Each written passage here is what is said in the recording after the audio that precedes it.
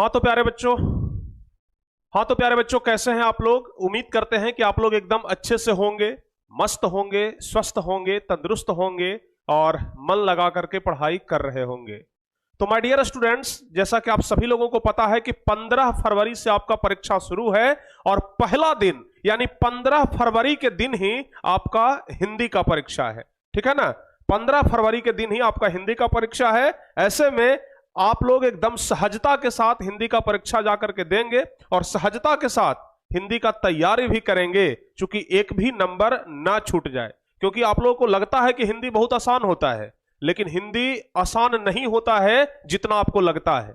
समझ गए ना। तो इसलिए प्यारे बच्चों हम हिंदी का प्रैक्टिस करवा रहे हैं और एक क्लास और हम लिए थे हिंदी का, जिसमें हम 5 चैप्टर तक पूरा करवाए थे और 5 चैप्टर तक ही करवाते करवाते अपना मामला समाप्त हो गया था। ठीक है ना, कुछ दिक्कत आ गया था जिसके वजह से क्लास बंद हो गया था। लेकिन आज प्यारे बच्चों हम पूरा कंप्लीट करवाएंगे, पूरा शुरू से लेकर के अंत तक 5 चैप्टर के बाद। ठीक है ना। तो हिंदी का जो 5 चैप्टर है, जिसमें पहला, दूसरा, तीसरा, चौथा और 5वां नंबर चैप्टर, ये प्यारे बच्चों हम पूरा करवा दिए थे, आप लोग को पता होगा। ठीक है ना।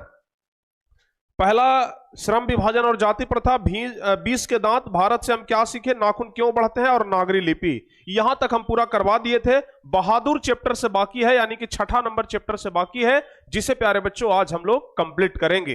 तो चलिए भाई, देर किस बात की, जल्दी से शुभ कार्य को आरंभ किया जाए। और आप लोग क्लास को एक बार जल्दी से शेयर कर दीजिए अपने सभी व्हाट्सएप ग्रुप में, फेसबुक ग्रुप में, टेलीग्राम ग्रुप में, जितने भी सारे आपके दोस्त हैं सब लोगों के पास शेयर कर दीजिए, ताकि सभी बच्चे यहां पर जल्द से जल्द जुड़ जाएं। ठीक है ना।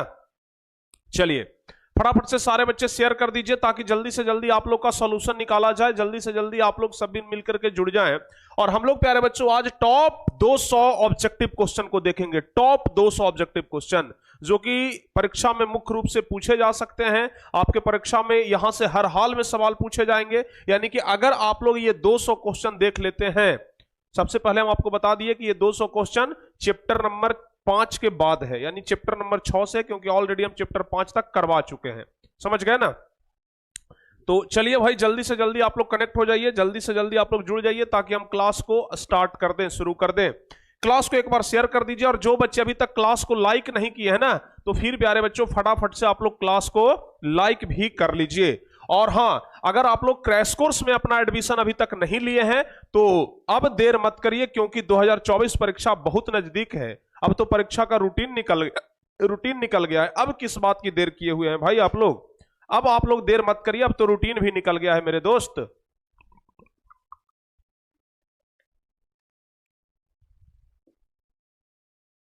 ठीक है ना। तो जो बच्चे अभी तक एडमिशन नहीं लिए हैं ना, तो जल्दी से एडमिशन ले लीजिए। एडमिशन लेने के लिए 2 हेल्पलाइन नंबर है, यहां पर दिया हुआ है।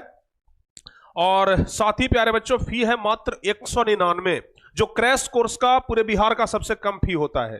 ठीक है ना, क्रैश कोर्स में पूरे बिहार का सबसे कम फी होता है। तो जल्दी से आप लोग जल्दी से जल्दी जितना तेजी के साथ हो सके एक बार क्रैश कोर्स में ज्वाइन हो जाइए फटाफट से, ताकि प्यारे बच्चों हम क्लास को आगे बढ़ा सकें। ठीक है ना। और क्रैश कोर्स का पढ़ाई स्टार्ट हो चुका है ऑलरेडी, तो जो बच्चे एडमिशन नहीं लिए हैं एडमिशन जरूर ले लीजिएगा। और साथ ही जो बच्चे अभी तक ये वाला किताब ऑर्डर नहीं किए हैं ना, जो बच्चे अभी तक ये किताब ऑर्डर नहीं किए हैं, तो देख लीजिए इस किताब को ना जल्दी से आप लोग ऑर्डर कर लीजिए। ठीक है, इस किताब को जितना जल्दी से जल्दी हो सके प्यारे बच्चों आप लोग ऑर्डर कर लीजिए, क्योंकि जब ये किताब आपके पास आएगा, इसके क्वेश्चंस को आप देखेंगे, इस तरीके से इसमें पैटर्न है, जब इसमें देखेंगे ना तो आपको मजा आ जाएगा। अच्छा, कितने ऐसे बच्चे हैं जिनके पास किताब पहुंच गया है घर पर, जल्दी से बताइए तो। कितने ऐसे बच्चे हैं जिनके पास किताब ऑलरेडी पहुंच गया है घर पर, जल्दी से बता दीजिए एक बार। जिनके पास पहुंच गया है यस सर करके लिख दीजिए। जिनके पास किताब पहुंच गया है घर पर यस सर करके लिख दीजिए। और आप हमें बताइए कि किताब देख करके आपको कैसा लगा। आप किताब के मतलब लिखने का जो फॉर्मेट था, इसको देख करके कैसा लगा बाबू, जल्दी से बता दीजिए। ठीक है ना। जिस तरीके से हम इस किताब में मटेरियल तैयार किए हैं, जिस तरीके से हम इस किताब में कंटेंट तैयार किए हैं, ये कंटेंट प्यारे बच्चों बिहार के किसी भी किताब में आपको नहीं मिलेगा, चाहे कोई भी किताब उठा करके देख लीजिए। ठीक है ना, किसी भी किताब में नहीं मिलने वाला है, कोई भी किताब आप उठा करके देख लीजिए, क्योंकि जिस तरीके से इसका मटेरियल तैयार है, जिस तरीके से इसमें फॉर्मेट तैयार करके लिखा गया है, एकदम परीक्षा पर्पस से है, एग्जाम पर्पस से है। समझ गए ना। किताब ऑर्डर करने के लिए आप टारगेट बोर्ड एप्लीकेशन डाउनलोड करिए, टारगेट बोर्ड एप्लीकेशन पे जाइए और वहां से किताब ऑर्डर कर लीजिए। ठीक है ना। टारगेट बोर्ड एप्लीकेशन पे जाइए और वहां से किताब जल्दी से ऑर्डर कर लीजिए, क्योंकि ये किताब भाग्य विधाता भी साबित हो सकता है। ठीक है ना, ध्यान रखिएगा इस बात को, क्योंकि मैट्रिक परीक्षा से ही आपका भाग्य खुलता है कि क्या आप भविष्य में करना चाहते हैं। ठीक है ना। देखिए सारे बच्चे लिख रहे हैं कि बुक बहुत अच्छा है sir, thank you so much. चलिए भाई, बहुत बढ़िया प्यारे बच्चों, इसी तरीके से मन लगा करके आप लोग पढ़ाई करते रहिए, बाकी सब कुछ तो हम अपने तरफ से आपको देते ही रहेंगे। ठीक है ना। यस,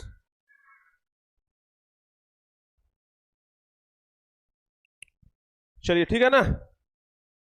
हाँ जी, तो क्लास को स्टार्ट किया जाए, अब जल्दी से बता दीजिए एक बार। यस सर, क्लास को स्टार्ट अब किया जाए। बाबू चलिए तो क्लास को स्टार्ट कर ही देते हैं अब। ठीक है ना, अब क्लास को स्टार्ट कर ही देते हैं। क्या क्या कमेंट आ रहा है आप लोगों का भाई अभी तक? क्या क्या कमेंट आ रहा है? चलिए, और ध्यान रखिएगा, ये सब तो हम पहला नंबर चैप्टर के बाद से हम बता ही दिए थे। हम प्यारे बच्चों सीधे आगे बढ़ जाते हैं, छठा नंबर चैप्टर की ओर बढ़ते हैं, बहादुर वाला जो चैप्टर है। ठीक है ना, यहां पर 6 नंबर चैप्टर बहादुर वाला चैप्टर, यही तक न पढ़ाए थे हम पिछले क्लास में।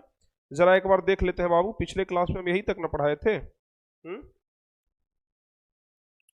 पिछले क्लास में हम आपको छठा नंबर चैप्टर बहादुर तक पढ़ा रहे थे ना।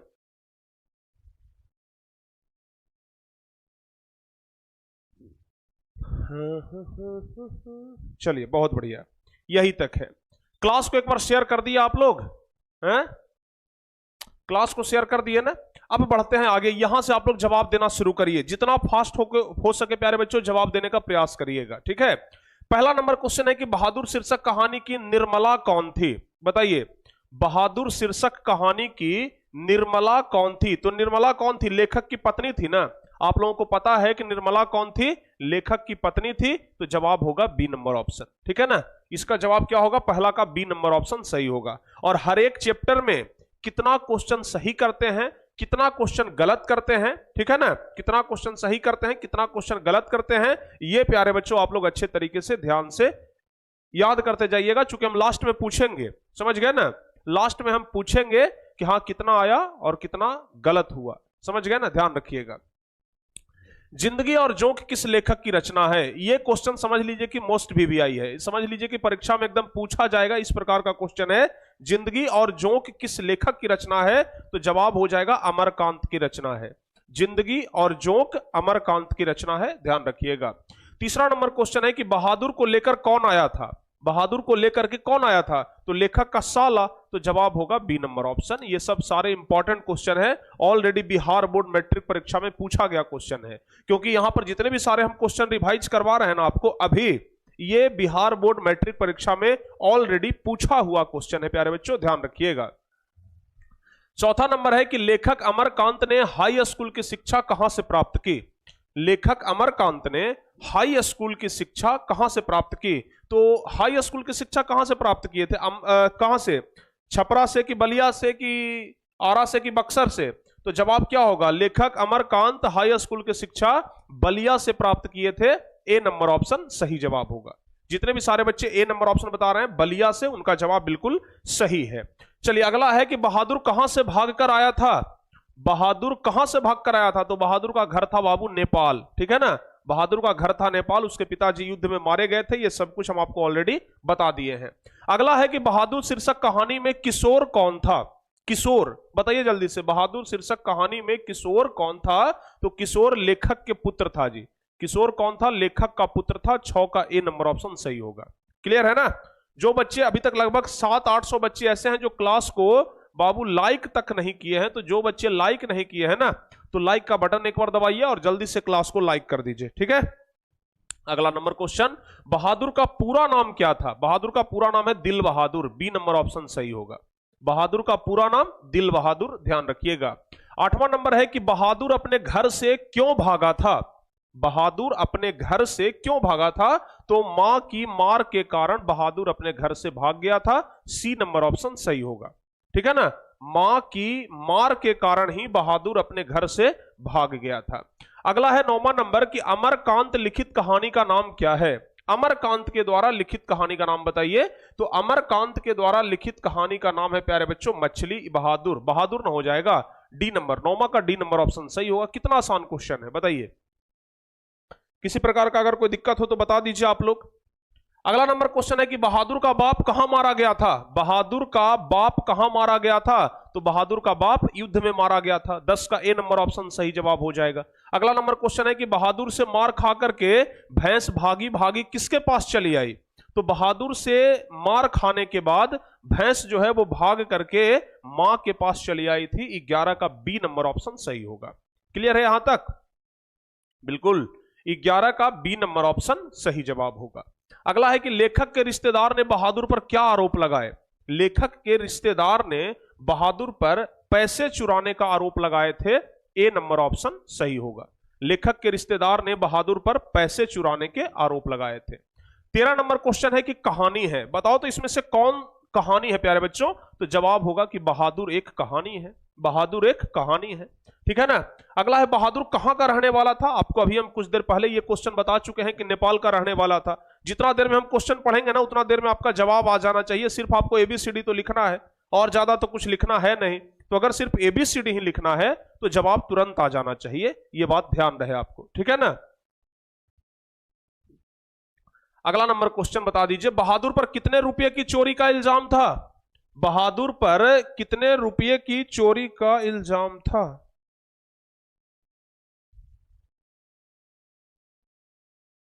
जल्दी से बताइए, बहादुर पर कितने रुपए की चोरी का इल्जाम था? जवाब होगा प्यारे बच्चों 11 रुपए। बहादुर पर कुल 11 रुपए चोरी का इल्जाम था, क्योंकि वो 11 रुपया चोरी किया था, ऐसा इल्जाम लगाया था। ओरिजिनल में वो चोरी नहीं किया था। अगला है बहादुर लेखक के घर से अचानक क्यों चला गया?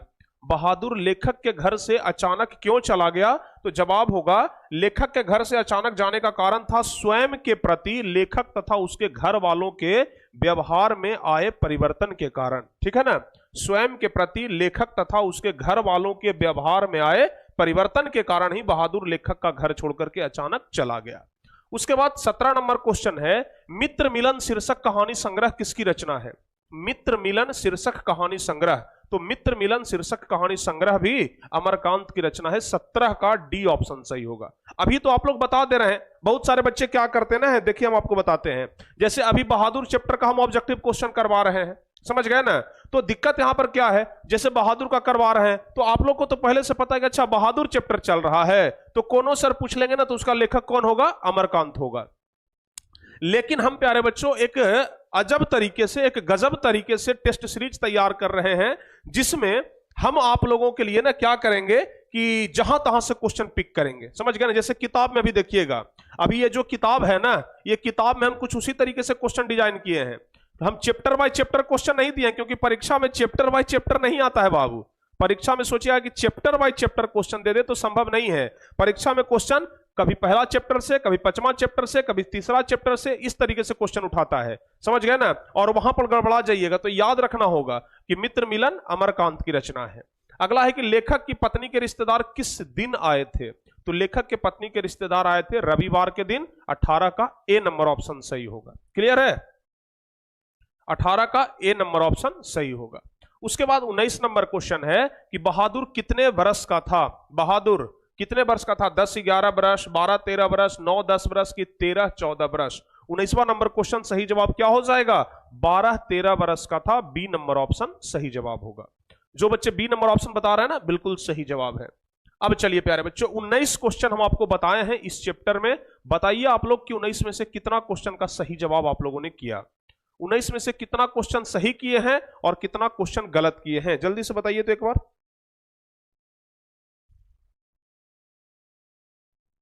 19 में कितना सही हुआ और कितना गलत हुआ?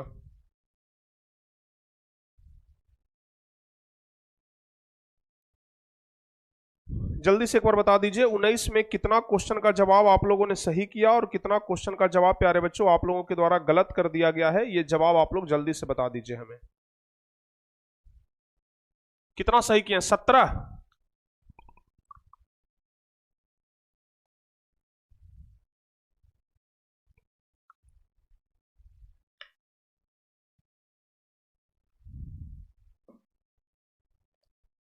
सत्रह क्वेश्चन सही है, 19 में 19। वाह क्या बात है, जिनका 19 में 19 सही है भाई उनके लिए एक जोरदार ताली। अब चलिए अगला नंबर चैप्टर हम देख लेते हैं, 7वां नंबर चैप्टर, जिसका नाम है परंपरा का मूल्यांकन। परंपरा का मूल्यांकन। बताइए, लेखक रामविलास शर्मा के गांव का क्या नाम था? लेखक रामविलास शर्मा के गांव का क्या नाम था? बताइए जल्दी से एक बार। लेखक रामविलास शर्मा के गांव का क्या नाम था? जवाब क्या होगा? लेखक रामविलास शर्मा के गांव का नाम था प्यारे बच्चों क्या? ऊंचगांव सानी, ऊंचगांव सानी, ऊंचगांव सानी, ऊंचगांव सानी। बताइए, सब देखने में की लग रहा है, लेकिन यहां पर ऊंचगांव सानी है, ऊंचगांव सानी है, ऊंचगांव सैनी है और ऊंचगांव सैनी है। बताइए पहला नंबर क्वेश्चन सही जवाब कौन सा होगा? देखिए, लेखक रामविलास शर्मा के गांव का सही नाम जो था ना वो ऊंचगांव सानी था। कंफ्यूज करने वाला क्वेश्चन है, सब लोगों के दिमाग को ना कंफ्यूज कर देगा, ठीक है, ध्यान रखिएगा। अगला नंबर क्वेश्चन देख लेते हैं। भौतिकवाद का अर्थ भाग्यवाद नहीं है, किस निबंध की पंक्ति है? भौतिकवाद का अर्थ भाग्यवाद नहीं है, यह किस निबंध की पंक्ति है? जवाब होगा परंपरा का मूल्यांकन, यानी बी नंबर ऑप्शन सही जवाब होगा। अगला है रामविलास शर्मा का जन्म कब हुआ था? रामविलास शर्मा का जन्म कब हुआ था? तीसरा नंबर क्वेश्चन बता दीजिए सही जवाब कौन सा होगा? और जवाब होगा प्यारे बच्चों 1912 ईस्वी, यानी तीसरा का सी नंबर ऑप्शन सही होगा। जो बच्चे तीसरा का सी नंबर ऑप्शन बता रहे हैं ना, उनका जवाब बिल्कुल सही है। उसके बाद परंपरा का मूल्यांकन क्या है? बताइए, निबंध है, कहानी है, नाटक है, उपन्यास है? ये वाला जो क्वेश्चन है ना, कुछ इस तरीके से पूछा जाता है भी कि परंपरा का मूल्यांकन पाठ की कौन सी विद्या है, इस तरीके से भी पूछा जाता है। समझ गए ना? परंपरा का मूल्यांकन पाठ की कौन सी विद्या है? तो जवाब होगा निबंध है, चौथा का ए नंबर ऑप्शन सही जवाब होगा। अगला है परंपरा का मूल्यांकन शीर्षक पाठ साहित्य की कौन सी विद्या है? परंपरा का मूल्यांकन शीर्षक पाठ साहित्य की कौन सी विद्या है? पांचवा नंबर क्वेश्चन बताइए। तो परंपरा का मूल्यांकन शीर्षक पाठ साहित्य की कौन सी विद्या है? कहानी है कि निबंध है? तो ये भाई निबंध है। अभी भी देखिए, चौथा नंबर चैप्टर इसी क्वेश्चन का था कि परंपरा का मूल्यांकन क्या है? निबंध है। इसी क्वेश्चन को एक अलग तरीके से पूछा है कि परंपरा का मूल्यांकन शीर्षक पाठ साहित्य की कौन सी विद्या है? तो ये निबंध है। इस तरीके से क्वेश्चन पूछा जाता है। अगला बताइए, परंपरा का ज्ञान किसके लिए आवश्यक होता है? परंपरा का ज्ञान किसके लिए आवश्यक है? तो परंपरा का ज्ञान उसके लिए आवश्यक है जो लकीर के फकीर ना होकर क्रांतिकारी साहित्य की रचना करते हैं, इनके लिए परंपरा का ज्ञान आवश्यक है, यानी 6 का सी नंबर ऑप्शन सही जवाब हो जाएगा। ठीक है ना? अगला बताइए, जारशाही कहां थी? ये तो भाई इतिहास का भी क्वेश्चन है। इतिहास में भी हम आपको बताए थे कि कहां के शासक को जार कहा जाता था। जल्दी से बताइए, कहां के शासक को जार कहा जाता था? तो जवाब होगा रूस में, रूस के राजा को जार कहा जाता था। रूस में ही था प्यारे बच्चों जारशाही, याद रहेगा ना? रूस में ही था जारशाही। अगला बता दीजिए, निराला की साहित्य साधना के रचनाकार कौन है? निराला की साहित्य साधना के रचनाकार कौन है, ये आपको बताना है। तो निराला की साहित्य साधना, इसके रचनाकार कौन है? रामविलास शर्मा है, यानी कि डी नंबर ऑप्शन, 8वां का डी नंबर ऑप्शन सही जवाब होगा। चलिए अगला नंबर बताइए, साहित्य के निर्माण में प्रतिभाशाली मनुष्यों की भूमिका है। साहित्य के निर्माण में प्रतिभाशाली मनुष्यों की भूमिका क्या है भाई? तो साहित्य के निर्माण में प्रतिभाशाली मनुष्यों की भूमिका ही क्या होती है? निर्णायक होती है, यानी कि जवाब अपना होगा बी नंबर ऑप्शन। जवाब प्यारे बच्चों बी नंबर ऑप्शन सही जवाब होगा, ध्यान रखिएगा। क्लियर है ना? यहां तक में किसी प्रकार का कोई दिक्कत तो आप लोग को नहीं हो रहा है ना? चलिए अगला बता दीजिए, जातीय अस्मिता की दृष्टि से इतिहास का प्रवाह कैसा है? जातीय अस्मिता की दृष्टि से इतिहास का प्रवाह कैसा है? तो जातीय अस्मिता की दृष्टि से इतिहास का प्रवाह जो है वो विच्छिन्न और अविच्छिन्न दोनों है, यानी सी नंबर ऑप्शन सही जवाब होगा। ठीक है ना? सर बुक ऑर्डर किए थे लेकिन पिन कोड गलत डला गया है। मेल कर दीजिएगा भाई, मेल कर दीजिएगा। कोई भी कंसर्न हो, कोई भी दिक्कत हो, मेल कर दीजिएगा। मेल आईडी आपको बता चुके हैं। ठीक है ना? चलिए 11 नंबर क्वेश्चन कह रहा है कि साहित्य की परंपरा का पूर्ण ज्ञान किस व्यवस्था में संभव है? साहित्य की परंपरा का पूर्ण ज्ञान किस व्यवस्था में संभव है? तो साहित्य की परंपरा का पूर्ण ज्ञान समाजवादी व्यवस्था में संभव है, यानी सी नंबर ऑप्शन सही जवाब होगा। अगला है प्यारे बच्चों 12 नंबर, कह रहा है कि लेखक रामविलास शर्मा कब से कब तक भारतीय प्रगतिशील लेखक संघ के महामंत्री रहे? यह क्वेश्चन काफी ज्यादा इंपॉर्टेंट है और यह क्वेश्चन आप लोग गड़बड़ाते भी हैं, समझ गए ना? तो ध्यान रखिएगा, कब से कब तक प्रगतिशील लेखक संघ के महामंत्री रहे थे? तो जवाब होगा 1949 से 1953 तक, यानी कि बी नंबर ऑप्शन सही जवाब होगा। ठीक है ना? 1949 से 1953 तक वो क्या रहे थे? तो प्रगतिशील लेखक संघ के महामंत्री रहे थे। अगला 13 नंबर क्वेश्चन, कह रहा है कि द्वंद्ववाद भौतिकवाद मनुष्य की चेतना को आर्थिक संबंधों से प्रभावित मानते हुए उसकी सापेक्ष स्वाधीनता स्वीकार करता है। यह पंक्ति किस शीर्षक पाठ की है? बताइए, यह पंक्ति जो है यह किस शीर्षक पाठ की है? 13 नंबर क्वेश्चन, सही जवाब कौन सा होगा? तो 13 का सही जवाब होगा प्यारे बच्चों, ये तो भाई परंपरा का मूल्यांकन चैप्टर का है, यानी सी नंबर ऑप्शन सही होगा। उसके बाद अब 14 नंबर क्वेश्चन है, सामाजिक विकास क्रम में सामंती सभ्यता की अपेक्षा किस सभ्यता को अधिक प्रगतिशील कहा जा सकता है?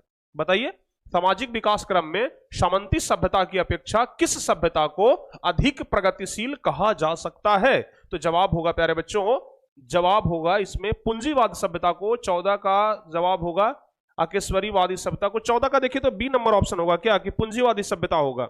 ज्यादातर हमें लग रहा है कि सी नंबर ऑप्शन होना चाहिए, पूंजीवादी सभ्यता को। सामाजिक विकास क्रम में सामंती व्यवस्था की अपेक्षा किस सभ्यता को अधिक प्रगतिशील कहा जा सकता है?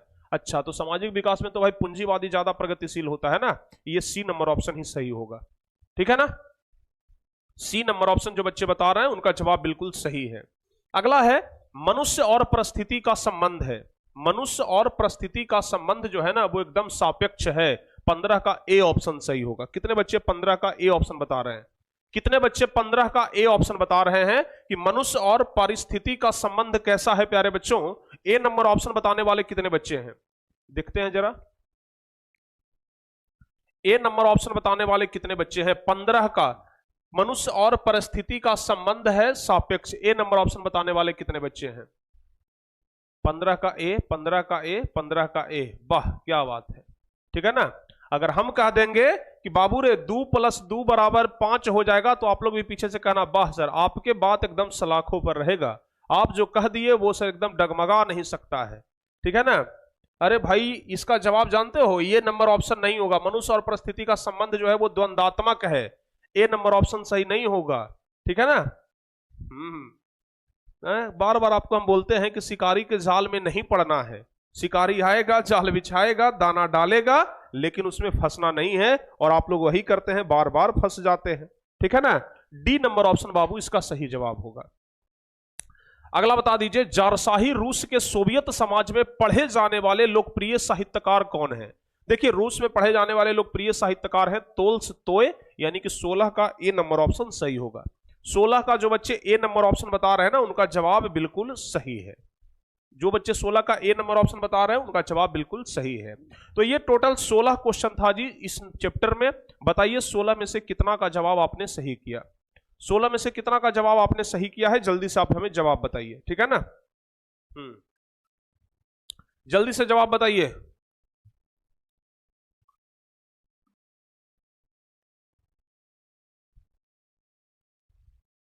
ठीक है, यस। अब चलिए, अगला है जित जित मैं निरखत हूं। जित जित मैं निरखत हूं इस चैप्टर में किनके बारे में बताया गया है? बताइए तो, जित जित मैं निरखत हूं इस चैप्टर में किनके बारे में बताया गया है? तो पंडित बिरजू महाराज के बारे में बताया गया है। याद है ना, इस चैप्टर में पंडित बिरजू महाराज के बारे में बताया गया है। तो कह रहा है कि पंडित बिरजू महाराज किस घराने के वंशज थे? तो लखनऊ घराने के वंशज थे, ये तो सबको याद होगा। पंडित बिरजू महाराज किस घराने के वंशज थे? तो लखनऊ घराने के वंशज थे प्यारे बच्चों, याद रखिएगा। अगला है कि बिरजू महाराज का संबंध है, बिरजू महाराज का संबंध बताइए जल्दी से। और कल से जो है ना वो शाम में प्यारे बच्चों जो सिलेबस बच गया है ना वो सिलेबस हम लोग कवर करेंगे, समझ गए ना। सुबह में तो संस्कृत चल रहा है, 2 दिन में खत्म हो जाएगा। बाकी शाम में हम इकोनॉमिक्स या ज्योग्राफी दोनों में से कोई एक चीज हम स्टार्ट करेंगे, इकोनॉमिक्स या ज्योग्राफी या फिर हिस्ट्री का जो बच गया है उसे हम स्टार्ट कर देंगे। ठीक है ना, हाँ जी। और अभी तक हम बुक में बहुत ज्यादा व्यस्त थे, लेकिन अब बुक का काम लगभग अब खत्म होने पर है, यानी कि अब धीरे धीरे अब काम चलता रहेगा। और अब हम प्यारे बच्चों आप लोगों को टॉपर बैच में जो नोट्स छूट गया है ना वो नोट्स भी देना शुरू कर देंगे। और जितने भी सारे वीडियोस जो एप्लीकेशन पर अपडेट नहीं है वो वीडियो भी हम अपडेट कर देंगे बहुत जल्दी। ठीक है, ध्यान रखिएगा। बिरजू महाराज का संबंध किससे है? जल्दी से बता दीजिए भाई। तबला वादन से है, संतूर वादन से, बांसुरी वादन से, इनमें से कोई नहीं। बिरजू महाराज का संबंध तो नृत्य से था ना, तो जवाब हो जाएगा डी नंबर ऑप्शन, इनमें से कोई नहीं। समझ गए ना, इनमें से कोई नहीं, डी नंबर ऑप्शन सही जवाब होगा। अगला है जित जित मैं निरखत हूं पाठ के लेखक। जित जित मैं निरखत हूं पाठ के लेखक कौन है? तो जित जित मैं निरखत हूं पाठ के लेखक कौन है प्यारे बच्चों? जित जित मैं निरखत हूं पाठ के लेखक कौन है? तो खुद पंडित बिरजू महाराज ही हैं, यानी कि डी नंबर ऑप्शन ही सही जवाब होगा। डी नंबर ऑप्शन ही सही जवाब होगा। अगला है कि बिरजू महाराज को संगीत नाटक अकादमी अवार्ड कब प्राप्त हुआ?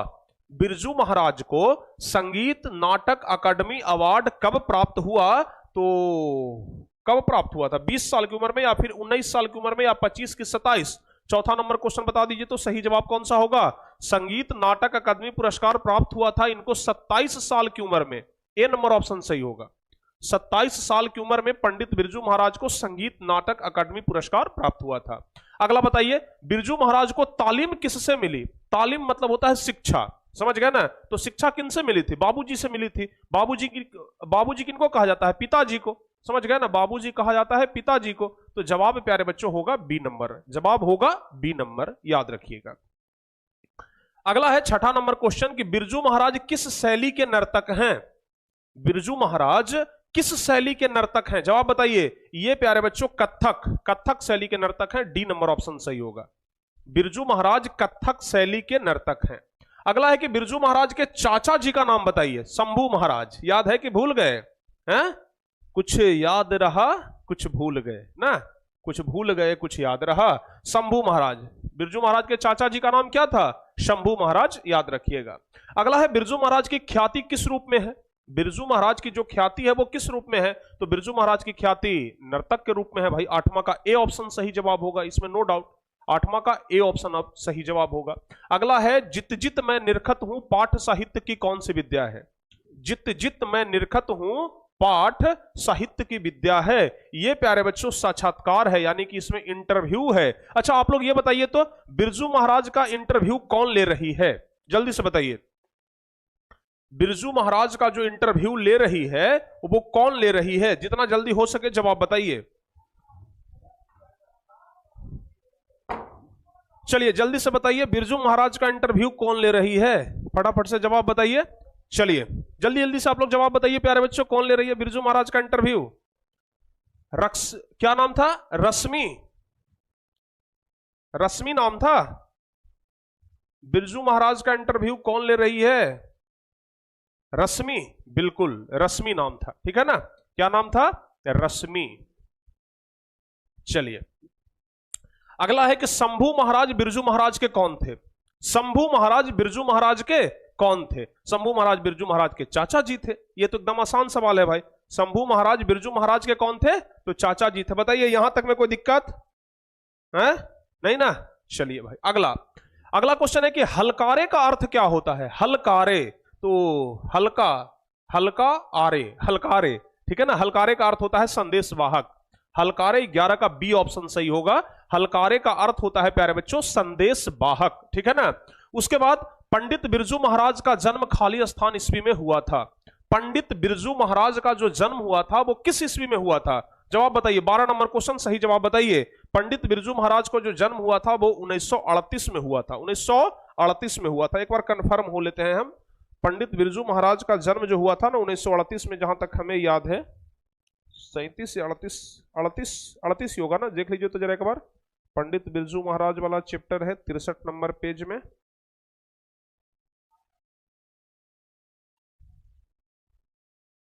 पंडित बिरजू महाराज का जन्म हुआ था, पंडित बिरजू महाराज का जन्म खाली स्थान इसमें हुआ था 1938 में, बिल्कुल 4 फरवरी 1938 को, बिल्कुल सही है। 4 फरवरी 1938 को बसंत पंचमी के दिन हुआ था, याद है ना? कौन से अस्पताल में? अस्पताल का नाम बताइए तो। किस अस्पताल में? अगर हम आपसे पूछ दें कि किस अस्पताल में पंडित बिरजू महाराज का जन्म हुआ था, तो अस्पताल का नाम आप क्या बताइएगा? अस्पताल का नाम, अस्पताल का नाम था प्यारे बच्चों जफरीन। क्या नाम था? जफरीन अस्पताल में हुआ था, याद रखिएगा। किस अस्पताल में हुआ था? जफरीन अस्पताल में। 13वां नंबर क्वेश्चन है कि पंडित बिरजू महाराज खाली स्थान के थे, तभी उनके पिताजी का देहावसान हो गया था। क्वेश्चन थोड़ा उल्टा पुल्टा हो गया है। पंडित बिरजू महाराज कितने साल के थे तब उनके पिताजी का देहावसान हो गया था? देहावसान कहने का मतलब होता है मृत्यु हो जाना, ठीक है ना? देहावसान कहने का मतलब होता है मृत्यु हो जाना। तो जवाब बताइए, पंडित बिरजू महाराज कितने साल के थे? तो जब उनके पिताजी मरे थे ना, तब वो मात्र 9.5 साल के थे। जब पंडित बिरजू महाराज के पिताजी मरे थे तब वो मात्र 9.5 साल के थे। अगला है 14 नंबर क्वेश्चन कि बिरजू महाराज खुद को किसका शागिर्द मानते थे? बिरजू महाराज खुद को किसका शागिर्द मानते थे? जवाब बताइए। तो बिरजू महाराज खुद को किसका शागिर्द मानते थे? अपने पिताजी का शागिर्द मानते थे। शागिर्द मतलब होता है कि हम उनके जैसा, उनके राहों पर, उनके बताए गए मार्ग पर चल रहे हैं कि नहीं चल रहे हैं, उनकी बातों में चल रहे हैं कि नहीं चल रहे हैं, ठीक है ना। तो बिरजू महाराज खुद को किसका शागिर्द बताते हैं? अपने पिताजी का शागिर्द बताते हैं, मानते थे, ठीक है ना। अगला क्वेश्चन है कि बिरजू महाराज का संबंध जो है वो कथक नृत्य से है। सी नंबर ऑप्शन सही जवाब हो जाएगा। अगला क्वेश्चन है कि जब पंडित बिरजू महाराज को संगीत नाटक अकादमी अवार्ड मिला था तब उनकी उम्र क्या थी? उनकी उम्र प्यारे बच्चों 27 वर्ष थी। यह हम आपको पहले भी बता चुके हैं, ठीक है ना। जिनका एक ही मोबाइल से 2 किताब ऑर्डर किए थे, एक किताब आया और एक किताब नहीं आया। अगर नहीं आया है तो जरा एक बार फिर से ऑर्डर कर दीजिएगा, हम देख लेंगे। सॉरी, ऑर्डर बोल रहे हैं, मेल कर दीजिएगा, हम देख लेंगे, ठीक है ना। मेल कर दीजिएगा आप। अगला है पंडित बिरजू महाराज लखनऊ घराने की किस पीढ़ी के कलाकार हैं? तो पंडित बिरजू महाराज लखनऊ घराने के 7वीं पीढ़ी के कलाकार हैं। बी नंबर ऑप्शन सही जवाब होगा। पंडित बिरजू महाराज लखनऊ घराने के 7वीं पीढ़ी के कलाकार हैं। अगला नंबर क्वेश्चन है, नेपाल में बिरजू महाराज के एक रिश्तेदार थे जिनका नाम क्या था? नेपाल में बिरजू महाराज के एक रिश्तेदार रहते थे, उनका नाम था प्यारे बच्चों झुमक लाल। क्या नाम था? झुमक लाल। याद है कि भूल गए? याद है ना, झुमक लाल। अगला बता दीजिए, पंडित बिरजू महाराज का संबंध नृत्य की किस शैली से है? पंडित बिरजू महाराज का जो संबंध है वो नृत्य की किस शैली से है? तो जवाब होगा पंडित बिरजू महाराज का संबंध जो है वो कथक शैली से है। 19 का बी ऑप्शन सही जवाब होगा। अगला है, जब दिल्ली में हिंदू मुस्लिम दंगे होने लगे तो डर के मारे बिरजू महाराज और उनकी अम्मा कहां चले गए थे? ये वाला क्वेश्चन बताइए। जब दिल्ली में हिंदू मुस्लिम दंगे होने लगे थे तो डर के मारे पंडित बिरजू महाराज कहां चले गए थे? बताइए। डर के मारे वो दोनों, यानी कि पंडित बिरजू महाराज और उनकी अम्मा दोनों लखनऊ चले गए थे, यानी सी नंबर ऑप्शन अपना सही जवाब होगा, ठीक है, सी नंबर ऑप्शन। तो ये टोटल 20 क्वेश्चन इस चैप्टर में। बताइए तो इस चैप्टर में 20 क्वेश्चन में से कितना क्वेश्चन का सही जवाब आपने किया? जल्दी से बता दीजिए। टोटल 20 क्वेश्चन में से कितना क्वेश्चन का सही जवाब प्यारे बच्चों आप लोगों ने किया है? जल्दी जल्दी से जवाब बताइए। हाँ,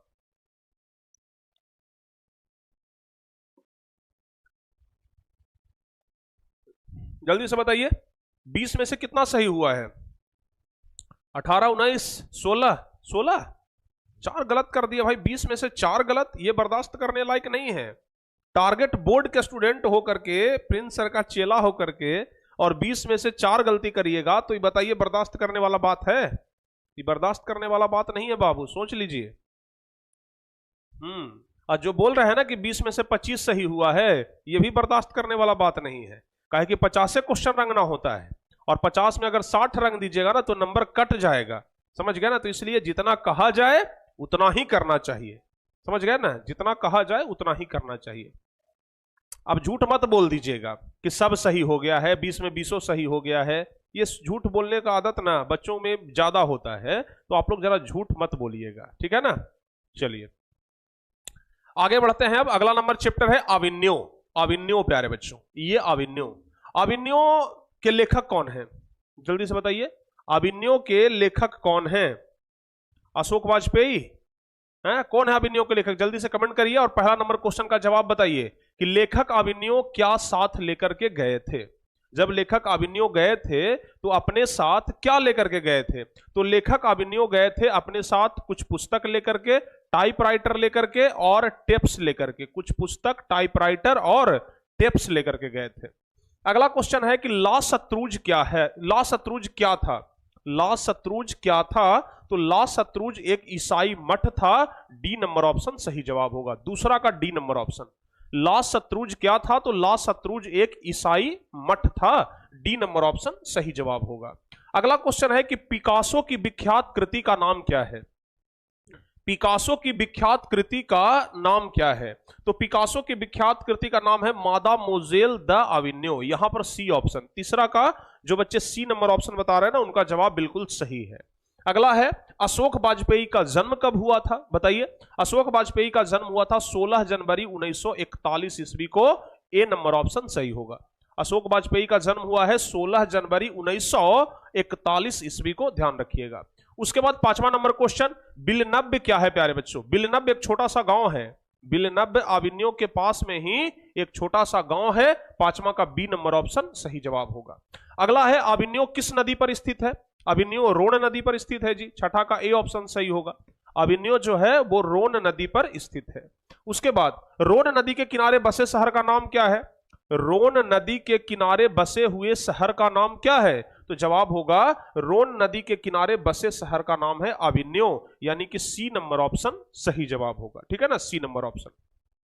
अगला बता दीजिए 8वां नंबर क्वेश्चन कि प्रत्येक वर्ष अविन्यो में कैसा समारोह आयोजित होता है? प्रत्येक वर्ष अविन्यो में कैसा समारोह आयोजित होता है? तो रंग समारोह आयोजित होता है, यानी कि ए नंबर ऑप्शन सही जवाब होगा। उसके बाद अगला है कि फ्रांस का प्रमुख कला केंद्र रहा है क्या? फ्रांस का प्रमुख कला केंद्र रहा है प्यारे बच्चों अविन्यो। फ्रांस का प्रमुख कला केंद्र क्या रहा है? अविन्यो रहा है। एफिल टावर मत कर दीजिएगा, नहीं तो गड़बड़ा जाएगा। ठीक है ना, फ्रांस का कला केंद्र रहा है अविन्यो, बी ऑप्शन सही होगा। अगला है अविन्यो किस देश में है? अविन्यो जो है वो किस देश में है? तो अविन्यो फ्रांस में है। 10 का बी ऑप्शन सही होगा। उसके बाद कविता नहीं है, बताइए किसमें से कौन कविता नहीं है? तो जवाब क्या होगा? कौन कविता नहीं है? तो भाई स्वदेशी कविता है, हमारी नींद कविता है, भारत माता कविता है, जबकि अविन्यो कविता नहीं है। ठीक है ना, अविन्यो कविता नहीं है, ध्यान रखिएगा। अगला क्वेश्चन है अविन्यो में 19 दिनों के प्रवास के दौरान लेखक ने कितने गद्य की रचना की? बताइए, अविन्यो में 19 दिनों के प्रवास के दौरान, यानी कि 19 दिन तक रहे थे ना, तो 19 दिन के प्रवास के दौरान लेखक ने कितने गद्य की रचना की? जवाब बताइए, कितने गद्य की रचना किए थे? तो जवाब हो जाएगा 28 गद्य की रचना किए थे या फिर 27। बताइए तो 12 का ए ऑप्शन सही होगा या फिर बी ऑप्शन सही होगा? 12 का ए ऑप्शन सही होगा या बी ऑप्शन सही होगा? ए ऑप्शन वाले कितने बच्चे हैं और बी ऑप्शन वाले कितने बच्चे हैं? बी ऑप्शन वाले अगर हैं तो गलत जवाब है, ए नंबर ऑप्शन ही सही जवाब होगा। यानी कि अविन्यो में 19 दिनों के प्रवास के दौरान लेखक ने 27 गद्य की रचना किए थे, ध्यान रखिएगा। अगला है द मादामोजेल द अविन्यो किसकी कृति है?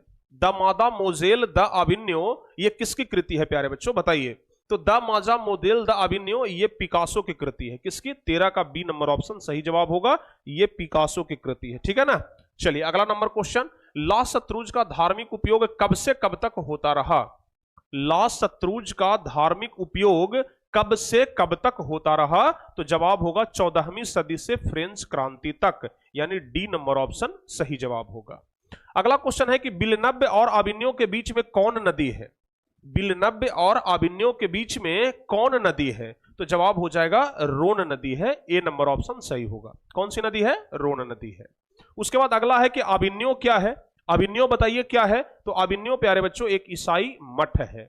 अगला क्वेश्चन नहीं है। 9वां नंबर चैप्टर में 16 क्वेश्चन था। अब एकदम ईमानदारी से बता दीजिए 16 में से कितना सही किए हैं? गिनती गिनते हैं कि अपने से खाली बोल देते हैं कि सर 16 में 15, 16 में 14?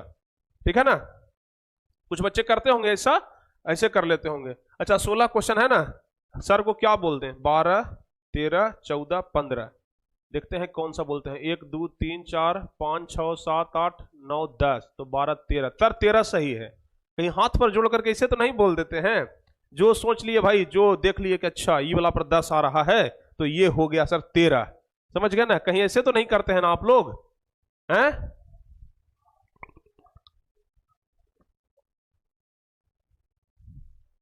ऐसे नहीं ना करते हैं? एकदम ईमानदारी से बताइएगा भाई, क्योंकि अगर यहां पर वैसे कर लीजिएगा ना तो मामला गड़बड़ा जाएगा। चलिए अगला क्वेश्चन है बाबू मछली चैप्टर से 10वां नंबर। 10वां नंबर कह रहा है मछली किस प्रकार की कहानी है? मछली किस प्रकार की कहानी है? तो मछली एक मनोवैज्ञानिक कहानी है, ए नंबर ऑप्शन सही होगा। मछली किस प्रकार की कहानी है? मछली मनोवैज्ञानिक कहानी है। अगला है कि संतु मछली लेकर के क्यों भागा? संतु मछली लेकर के क्यों भागा था? तो संतु मछली लेकर के भागा था कुएं में डालने के लिए, यानी कि अपना ए नंबर ऑप्शन सही होगा। 12 का ए नंबर ऑप्शन सही जवाब होगा। अगला क्वेश्चन है कि मछली शीर्षक पाठ में खरीदी गई मछली में कितनी मछलियां जिंदा थी? मछली शीर्षक पाठ में खरीदी गई मछली में कितनी मछलियां जिंदा थी? तो टोटल 3 मछली था, जिसमें से 1 मछली मरा हुआ था, 2 मछली जिंदा था। तो जवाब होगा तीसरा का ए नंबर ऑप्शन। तीसरा का ए नंबर ऑप्शन सही जवाब होगा।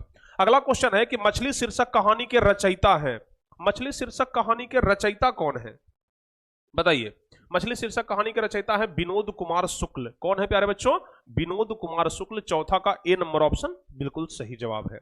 मछली कहानी विनोद कुमार शुक्ल, ठीक है ना। अभी हम आपको बोले थे कि याद करने का ट्रिक हम आपको बताएंगे और वो ट्रिक हम बना रहे हैं प्यारे बच्चों, और बहुत जल्द वो ट्रिक आपको मिल जाएगा भी। चलिए 5वां नंबर क्वेश्चन है, मछली लेकर के कौन भाग गया था? मछली लेकर के कौन भाग गया था? तो मछली लेकर के संतु भाग गया था। 5वां का बी ऑप्शन सही होगा। संतु मछली लेकर के भागा था ना। अब अगला क्वेश्चन है, मछली कहानी में किस वर्ग का जीवन वर्णित है? मछली कहानी में किस वर्ग का जीवन वर्णित है? तो निम्न मध्यम वर्ग, निम्न वर्ग, उच्च वर्ग, मध्यम वर्ग का हो जाएगा। सी नंबर ऑप्शन सही होगा। छठा का सी नंबर ऑप्शन, ठीक है ना। 6 का सी नंबर ऑप्शन आप लोग ध्यान रखिएगा।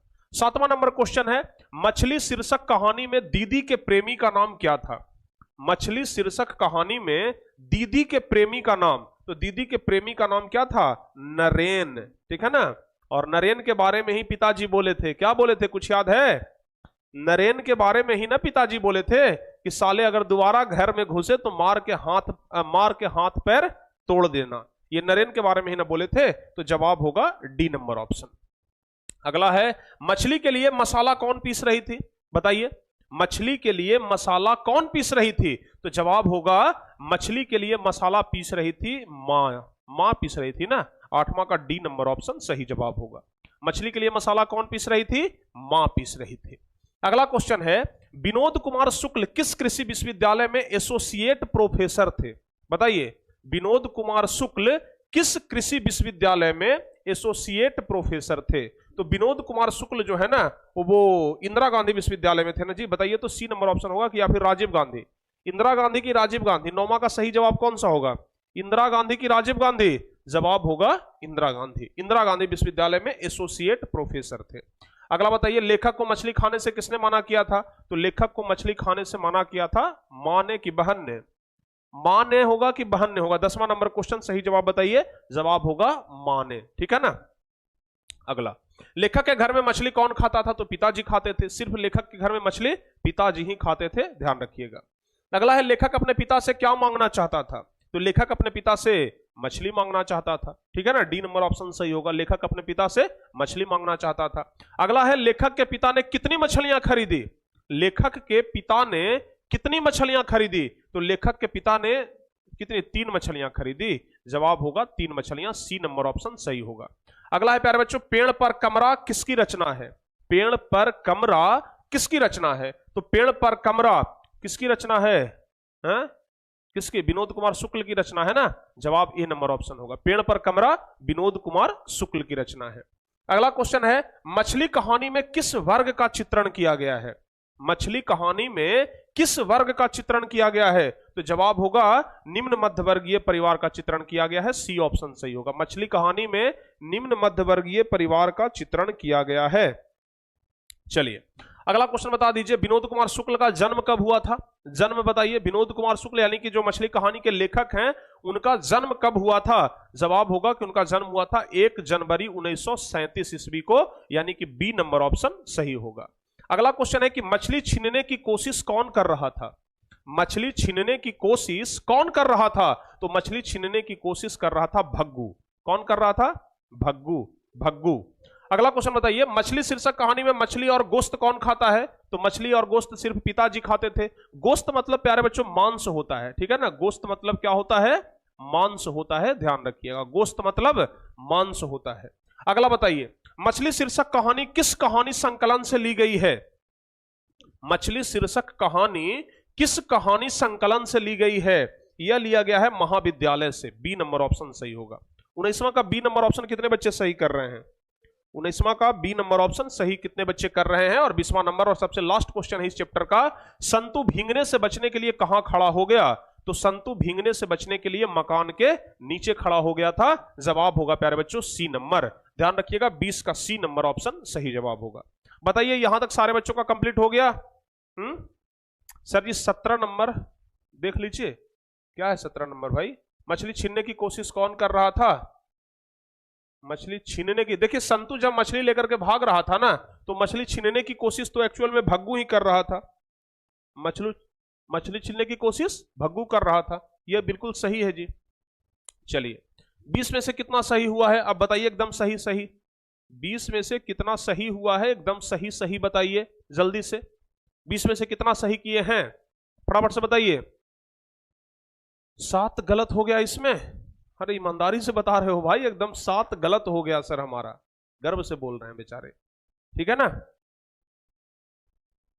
नीतीश यादव बोल रहे हैं कि सर मैंने 3 बुक ऑर्डर किया था, 1 बुक आया और 2 बुक नहीं आया है, तो जल्दी से आप मेल कर दीजिए हमें जरा, ठीक है ना, हम देख लेंगे उसे। अगला प्यारे बच्चों 11 नंबर क्वेश्चन है, सॉरी 11वां नंबर चैप्टर है, नौबत खाने में इबादत। चैप्टर का नाम क्या है? नौबत खाने में इबादत। नौबत खाने में इबादत। पहला नंबर क्वेश्चन है कि अमीरुद्दीन नाम किसका था? अमीरुद्दीन। अच्छा, नौबत खाने में इबादत बिस्मिल्लाह खां के बारे में है, आपको पता है बिस्मिल्लाह खां एक वाद्य यंत्र बजाते हैं, उस वाद्य यंत्र का नाम बताइए। बिस्मिल्लाह खां एक वाद्य यंत्र बजाते हैं, उस वाद्य यंत्र का नाम आपको बताना है। जल्दी से बता दीजिए कि कौन सा वाद्य यंत्र वो बजाते थे।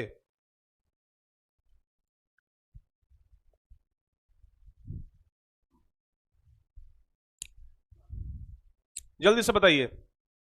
बिस्मिल्लाह खां के द्वारा बजाए गए वाद्य यंत्र का नाम क्या था? शहनाई था, ठीक है ना। बिस्मिल्लाह खां क्या बजाते थे? शहनाई बजाते थे प्यारे बच्चों, ठीक है ना। बिस्मिल्लाह खां क्या बजाते थे? शहनाई बजाते थे। अच्छा, अमीरुद्दीन नाम किसका था जी? अमीरुद्दीन और कमरुद्दीन, याद होगा आपको, अमीरुद्दीन और कमरुद्दीन, तो बिस्मिल्लाह खां का नाम था, ठीक है ना, बिस्मिल्लाह खां का नाम था, ठीक है ना। हालांकि यहां पर क्वेश्चन गलत हो गया है, कमरुद्दीन यहां पर होना चाहिए, कमरुद्दीन, क्योंकि बिस्मिल्लाह खां का नाम था कमरुद्दीन। अगला बता दीजिए रसुलन बाई। देखिए रसुलन बाई और बतुलन बाई, इस चैप्टर में हम चर्चा किए थे रसुलन बाई और बतुलन बाई के बारे में। तो रसुलन बाई और बतुलन बाई कौन थी? एक नर्तकी थी। डी नंबर ऑप्शन सही जवाब होगा। अगला है बिस्मिल्लाह खां के बचपन का नाम क्या था? बिस्मिल्लाह खां के बचपन का नाम था कमरुद्दीन। सी ऑप्शन सही जवाब हो जाएगा, ठीक है ना। अगला बता दीजिए बिस्मिल्लाह खां के शहनाई के साथ किस मुस्लिम पर्व का नाम जुड़ा हुआ है? तो बिस्मिल्लाह खां के शहनाई के साथ किस मुस्लिम पर्व का नाम जुड़ा हुआ है? तो मुहर्रम का नाम जुड़ा हुआ है। चौथा का सी नंबर ऑप्शन सही जवाब होगा। कितने बच्चे चौथा का सी नंबर ऑप्शन बता रहे हैं? जो बच्चे चौथा का सी नंबर ऑप्शन बता रहे हैं बिल्कुल सही जवाब है। और अगला है प्यारे बच्चों, काशी किसकी पाठशाला है? काशी किसकी पाठशाला है? तो काशी संस्कृति की पाठशाला है। 5वां का ए ऑप्शन सही होगा, ठीक है ना, काशी संस्कृति की पाठशाला है। अगला बता दीजिए नौबत खाने में इबादत पाठ के केंद्र में कौन है? नौबत खाने में इबादत पाठ के केंद्र में कौन है? तो बिस्मिल्लाह खां, यानी कि पूरा चैप्टर बिस्मिल्लाह खां के ऊपर दिया गया है, ठीक है ना। बताइए, ओके, चलिए आगे बढ़ते हैं। कविता नहीं है, कविता कौन नहीं है? तो नौबत खाने में इबादत एक कविता नहीं है, बाकी तो सब आपको कविता ही नजर आ रहा है। उसके बाद अगला है कि इबादत का अर्थ क्या होता है प्यारे बच्चों? इबादत का अर्थ क्या होता है? इबादत का अर्थ होता है उपासना। 8वां का ए नंबर ऑप्शन सही जवाब होगा, ठीक है ना।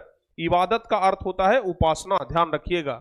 अगला क्वेश्चन है कि सुशीर बाधों में शाह की उपाधि किसे प्राप्त है? सुशीर बाधों में शाह की उपाधि किसे प्राप्त है? तो शहनाई को शाह की उपाधि प्राप्त है। 9वां का डी ऑप्शन सही होगा। सुशीर बाधों में शाह की उपाधि किसे प्राप्त है? शहनाई को। अगला क्वेश्चन है कि बिस्मिल्लाह खां का संबंध है, बिस्मिल्लाह खां का संबंध बताइए किससे है? तो बिस्मिल्लाह खां का संबंध प्यारे बच्चों शहनाई से है। डी ऑप्शन सही जवाब होगा, ठीक है ना। क्लियर है ना।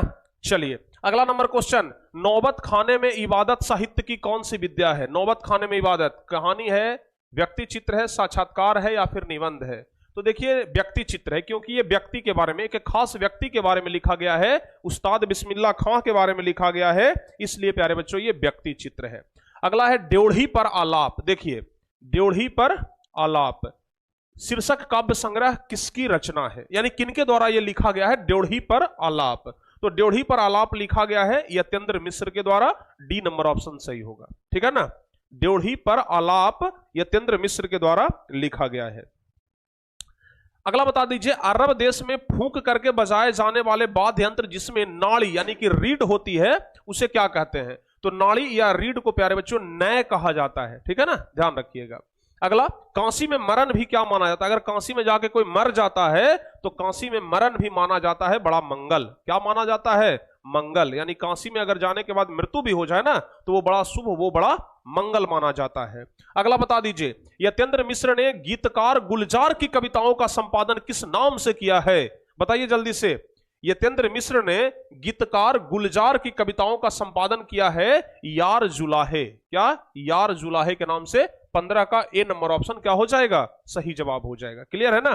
15 का ए नंबर ऑप्शन सही जवाब होगा। क्लियर है? चलिए भाई, यहां तक में किसी प्रकार का अगर कोई दिक्कत हो तो बता दीजिए। आगे बढ़ते हैं अब। चलिए अब देखिए, टोटल ग्रामर नंबर चैप्टर में टोटल 15 क्वेश्चन था। 15 में से कितना सही किए हैं आप लोग जल्दी से बताइए तो जरा। 15 में से टोटल क्वेश्चन का जवाब कितना सही दिए हैं, जल्दी से जवाब बताइए। 15 में कितना सही किए हैं, कितना गलत किए हैं प्यारे बच्चों, जल्दी से जवाब बताइए। ठीक है ना? और हमें उम्मीद है कि 15 में कम से कम 13-14 तो जरूर सही होगा।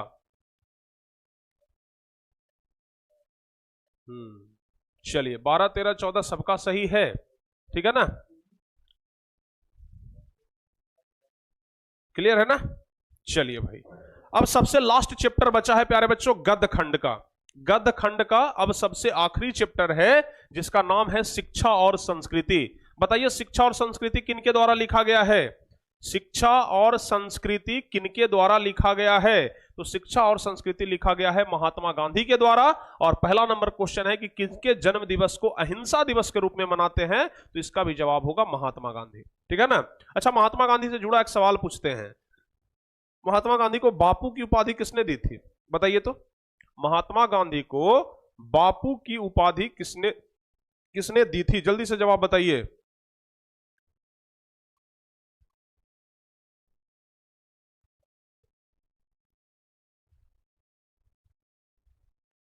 ठीक है ना?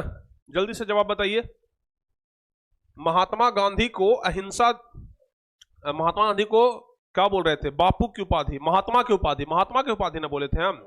महात्मा की उपाधि किसने दी थी? रविंद्रनाथ ठाकुर यानी रविंद्रनाथ टैगोर ने। ठीक है ना? महात्मा गांधी को महात्मा की उपाधि रविंद्रनाथ ठाकुर यानी रविंद्रनाथ टैगोर के द्वारा दिया गया था। ध्यान रखिएगा। और पहला का जवाब ये ऑप्शन हो गया। दूसरा, मेरा धर्म कैद खाने का धर्म नहीं है, यह पंक्ति किस शीर्षक पाठ की है? मेरा धर्म कैद खाने का धर्म नहीं है, और यह प्यारे बच्चों लिया गया है शिक्षा और संस्कृति से। सी नंबर ऑप्शन सही जवाब होगा। कहां से लिया गया है? शिक्षा और संस्कृति से लिया गया है। सी नंबर ऑप्शन सही जवाब होगा। अगला है, महात्मा गांधी के पिताजी का नाम बताइए। महात्मा गांधी के पिताजी का नाम था करमचंद गांधी। ठीक है ना? माताजी का नाम बताइए। माताजी का नाम बताइए आप लोग। माताजी का नाम था प्यारे बच्चों क्या? पुतलीबाई। याद है ना? माताजी का नाम था पुतलीबाई। पुतलीबाई। ठीक है? और पत्नी का नाम बता दीजिए भाई। पत्नी का नाम बता दीजिए। पत्नी का नाम था कस्तूरबा। क्या नाम था? कस्तूरबा। याद रखिएगा। ठीक है ना? माता का नाम पुतलीबाई, पत्नी का नाम कस्तूरबा। ठीक है? अगला क्वेश्चन है चौथा नंबर की, शिक्षा और संस्कृति किसकी रचना है? शिक्षा और संस्कृति ये महात्मा गांधी की रचना है। बी ऑप्शन सही होगा। अगला बता दीजिए, आध्यात्मिक शिक्षा से गांधी जी का क्या तात्पर्य है? आध्यात्मिक शिक्षा से गांधी जी का तात्पर्य है हृदय की शिक्षा, यानी पांचवा का ए नंबर ऑप्शन सही जवाब होगा। ठीक है ना? पांचवा का ए नंबर ऑप्शन सही जवाब होगा। अगला क्वेश्चन है कि दक्षिण अफ्रीका से गांधी जी भारत कब लौटे थे? दक्षिण अफ्रीका से गांधी जी भारत लौटे थे 1914 ईस्वी में। ध्यान रखिएगा, गांधी जी दक्षिण अफ्रीका से भारत लौटे थे 1914 ईस्वी में। ठीक है ना? और उसके बाद ये आजादी की लड़ाई में कूद गए थे। दक्षिण अफ्रीका से वापस लौटने के बाद जब इनके साथ काले गोरे का भेद हुआ, तब ये आजादी की लड़ाई में कूद गए थे और 1916 ईस्वी में ये साबरमती आश्रम की स्थापना किए थे प्यारे बच्चों, रावी नदी के किनारे। ठीक है ना? आपको याद होगा। अगला बता दीजिए, कौन चाहते थे कि सभी देशों की संस्कृति की हवा उनके घर के पास बहती रहे? ये चाहने वाले थे महात्मा गांधी। अगला बताइए, शेक्सपियर किस भाषा के कवि हैं? शेक्सपियर अंग्रेजी भाषा के कवि हैं। जवाब होगा डी नंबर ऑप्शन, आठवां का डी नंबर ऑप्शन। अगला बताइए, गांधी जी का दक्षिण अफ्रीका प्रवास कब से कब तक था? गांधी जी देखिए दक्षिण अफ्रीका में पहली बात तो कि 1914 तक रहे थे। तो 1914, 1893 से 1914 कि 1894 से 1914? 9वां नंबर क्वेश्चन, कितने बच्चे सही कर सकते हैं और कितने बच्चे गलत कर सकते हैं? जल्दी से बताइए। 1893 से 1914 कि 1894 से 1914? आपका जवाब होगा 1893 से 1914 ईस्वी तक, यानी कि ए नंबर ऑप्शन सही जवाब होगा। अगला है, महात्मा गांधी के अनुसार उदात्त वो बढ़िया शिक्षा क्या है? देखिए महात्मा गांधी ना अहिंसक प्रतिरोध को मानते थे, उदात्त और बढ़िया शिक्षा। किसको? अहिंसक प्रतिरोध को। अगला बता दीजिए, गांधी जी की स्मृति में पूरा राष्ट्र किस तारीख को उनकी जयंती मनाता है? किस तारीख को उनकी जयंती मनाता है? तो 2 अक्टूबर गांधी जयंती के रूप में हम लोग मनाते हैं, याद है ना, 2 अक्टूबर गांधी जयंती के रूप में मनाते हैं। अगला बता दीजिए, मेरा ख्याल है कि अगर व्यक्ति का चरित्र निर्माण करने में हम सफल हो जाएंगे तो समाज अपना काम अपने आप संभाल लेगा। यह किसका विचार है? यह प्यारे बच्चों महात्मा गांधी का विचार है। सी नंबर ऑप्शन सही होगा। अगला, अब चैप्टर खत्म हो गया, गद्य खंड का पूरा, गद्य खंड का पूरा चैप्टर प्यारे बच्चों खत्म हो गया। टोटल 12 क्वेश्चन, और बताइए 12 में से कितना सही हुआ है? ये 12वां नंबर चैप्टर भी है और 12वां नंबर क्वेश्चन भी है। तो बताइए प्यारे बच्चों 12 में से कितना सही किए हैं और कितना गलत किए हैं? जल्दी से जवाब बताइए। और अभी टोटल नंबर ऑफ क्वेश्चन कितना है पता है आप लोगों को? अभी टोटल 119 क्वेश्चन और बचा हुआ है जी। अभी टोटल पूरा काव्य खंड मिला करके 119 क्वेश्चन और है, जिसे हम लोग अभी यहां पर देखेंगे, ठीक है ना। अभी 119 क्वेश्चन और बचा हुआ है। 119 क्वेश्चन में कितना ही देर लगेगा, ठीक है ना। आज मैथ का क्लास ऐसे भी नहीं होगा, समझ गए ना, इस समय वाला मैथ का क्लास प्यारे बच्चों नहीं होगा, और मैथ के बदले में हम लोग हिंदी लगभग अभी आधा घंटा 45 मिनट और देखेंगे।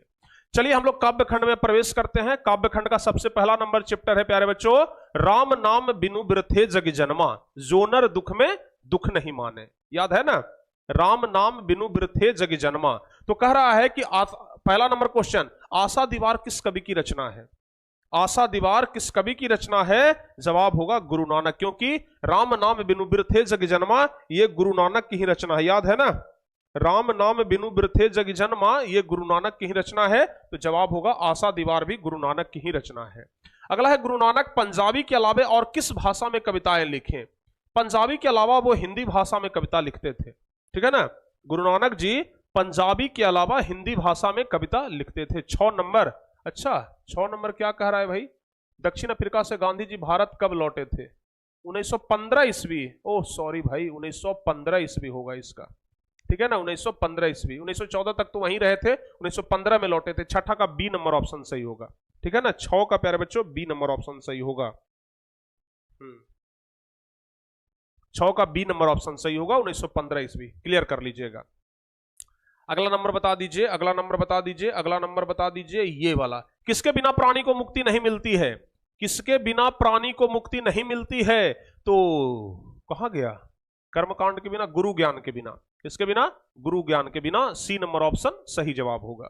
अगला क्वेश्चन है कि गुरु नानक किस मार्ग के कवि हैं? सूफी, निर्गुण, कृष्ण, राम भक्ति मार्ग। जवाब क्या होगा बताइए जल्दी से, किस मार्ग के कवि हैं? तो राम भक्ति मार्ग के कवि हैं, राम भक्ति मार्ग के कवि हैं। चौथा का ना कौन सा सही होगा? डी ऑप्शन, चूंकि चैप्टर का नाम तो है राम नाम बिनु बिरथे जग जन्मा, तो जवाब आप लोग तो सीधे लगा देंगे कि राम भक्ति मार्ग के कवि हैं। लेकिन अगर ये जवाब लगाएंगे तो ये बिल्कुल गलत हो जाएगा, समझ गए ना। अगर गुरु नानक का कविता का नाम है राम नाम बिनु बिरथे जग जन्मा, अगर ये आधार पर अगर आप राम भक्ति मार्ग के कर देंगे तो गड़बड़ हो जाएगा, क्योंकि गुरु नानक निर्गुण भक्ति मार्ग के कवि हैं, ये आप लोग ध्यान रखिएगा, ठीक है ना। तो यहां पर सारे बच्चे आकर के गड़बड़ा जाते हैं, इसलिए आप लोग ये ध्यान रखिएगा, ठीक है ना। चलिए भाई, एक बच्चा पूछ रहा है कि सर पूरी सब्जी खाइएगा, भेज दो भाई। जैसे हम तुम लोगों को कैमरा से केक भेज देते हैं ना कि लो भाई केक खा लो, वैसे ही तुम पूरी सब्जी भेज दो, हम यहां से निकलवा करके रख लेंगे क्या। चलिए आगे बढ़ते हैं। गुरु नानक ने किस धर्म का परिवर्तन किया था बताइए तो? गुरु नानक ने किस धर्म का परिवर्तन किया था? जवाब होगा सिख धर्म का। अच्छा, गुरु नानक सिखों के किम्मा गुरु थे जी बताइए तो? गुरु नानक सिखों के पहले गुरु थे ना, याद है आपको? गुरु नानक सिखों के पहले गुरु थे और 10वां गुरु थे गुरु गोविंद सिंह। तो पहला और 10वां में बच्चे अक्सर कंफ्यूज करते हैं, समझ गए ना। गुरु नानक और गुरु गोविंद सिंह दोनों में अक्सर कंफ्यूज कर जाते हैं। आप लोग ध्यान रखिएगा, गुरु नानक पहला गुरु है और गुरु गोविंद सिंह 10वां गुरु हैं। और एक 5वां गुरु कभी कभी पूछ दिया जाता है कि 5वें गुरु कौन है? तो 5वें गुरु है गुरु अर्जुन देव, ठीक है ना, ध्यान रखिएगा। 5वें गुरु कौन है? गुरु अर्जुन देव, याद रहेगा ना। 5वें गुरु कौन है? हाँ, 5वें गुरु है बाबू गुरु अर्जुन देव। गुरु अर्जुन देव, ठीक है ना, ये 5वें गुरु हैं, याद रखिएगा आप लोग, ठीक है। चलिए अगला नंबर क्वेश्चन देख लें। गुरु नानक की पत्नी का नाम बताइए। गुरु नानक की पत्नी का नाम था सुलक्षणी। क्या नाम था? सुलक्षणी। ध्यान रखिएगा, ए नंबर ऑप्शन सही होगा। अगला बताइए, गुरु नानक किस भक्ति धारा के कवि हैं? अभी आपको हम बताए हैं कि ये निर्गुण भक्ति धारा के कवि हैं, तो बी ऑप्शन सही होगा। उसके बाद गुरु नानक का जन्म लाहौर के किस ग्राम में हुआ था? लाहौर के तलवंडी नामक ग्राम में हुआ था। लाहौर कहां में पड़ता है? जापान में कि चीन में? जल्दी से बताइए, लाहौर कहां में पड़ता है प्यारे बच्चों? जापान में पड़ता है कि चीन में पड़ता है? कहां में पड़ता है? जल्दी से बताइए। आपका जवाब होगा कि सर ये लाहौर न जापान में है न चीन में है, ये पड़ता है पाकिस्तान में। लाहौर कहां में है? पाकिस्तान में। ठीक है ना। चलिए अगला है, राम नाम बिनु बिरथे जग जन्मा। यह पंक्ति खाली स्थान की है, यह पंक्ति गुरु नानक की है। ए नंबर ऑप्शन सही होगा। अगला है कि रही रास किसकी रचना है? रही रास, तो रही रास भी गुरु नानक की ही रचना है। अगला क्वेश्चन है कि वाणी कब 20 के समान हो जाती है? तो राम नाम के बिना वाणी 20 के समान हो जाती है। ठीक है ना। राम नाम के बिना वाणी यानी कि बोली 20 के समान हो जाती है। अगला है, गुरु नानक की रचनाओं का संग्रह किसने किया? तो गुरु नानक की रचनाओं का संग्रह किया था गुरु अर्जुन देव ने। ठीक है ना। गुरु नानक की रचनाओं का संग्रह किसने?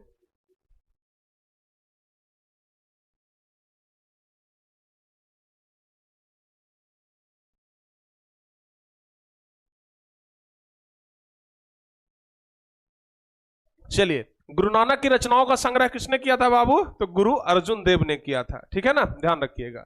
अगला क्वेश्चन है कि नानकाना साहब अब कहां में है? तो नानकाना साहब अब प्यारे बच्चों पड़ता है पाकिस्तान में। 13 का डी नंबर ऑप्शन सही होगा। 13 का कौन सा ऑप्शन सही होगा? डी नंबर ऑप्शन सही होगा। तो पहला नंबर चैप्टर में बस 13 क्वेश्चन ही है। पहला नंबर चैप्टर में बस 13 क्वेश्चन ही है प्यारे बच्चों। बताइए 13 में से कितना सही किए हैं और कितना गलत किए हैं। ठीक है ना। चलिए सही है।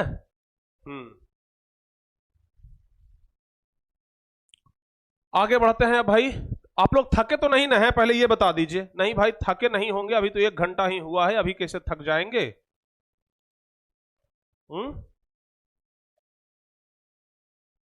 अभी तो 1 घंटा में कोई नहीं थक सकता है। चलिए आगे बढ़ते हैं। दूसरा, प्रेम अयनी श्री राधिका। दूसरा नंबर क्या है? प्रेम अयनी श्री राधिका। बताइए पहला नंबर क्वेश्चन, संप्रदाय मुक्त कृष्ण भक्त कवि कौन थे? संप्रदाय मुक्त कृष्ण भक्त कवि कौन थे? तो जवाब होगा संप्रदाय मुक्त कृष्ण भक्त कवि कौन थे? रसखान थे प्यारे बच्चों। ए नंबर ऑप्शन सही जवाब होगा। ठीक है ना, ए नंबर ऑप्शन। अगला नंबर क्वेश्चन बताइए, रसखान का रचना काल क्या था? रसखान का, अब देखिए अब सब लोग खिलाने के बारे में ही पूछ रहे हैं। सर कोई मिठाई खाइएगा, सर सेवई खाइएगा, अरे और क्या क्या खिलाइएगा भाई? हैं? सर अर्जुन बात पर आप क्यों हंस रहे हैं? अरे अर्जुन बात पर हम इसलिए हंस रहे हैं ना क्योंकि अभी यहां पर एक लड़का बैठा हुआ था, उसके दादाजी का नाम था अर्जुन। समझ गए ना, उनके दादाजी का नाम था अर्जुन। और जब हम यहाँ पर बोल रहे थे ना कि गुरु अर्जुन देव, तो वो बार बार बोल रहा था ना कि हमारे दादा का इतना बड़ा नाम होल है अर्जुन, बार बार आ रहा है, तो इसलिए इस बात पर हम बार बार हंस रहे थे। समझ गए ना। चलिए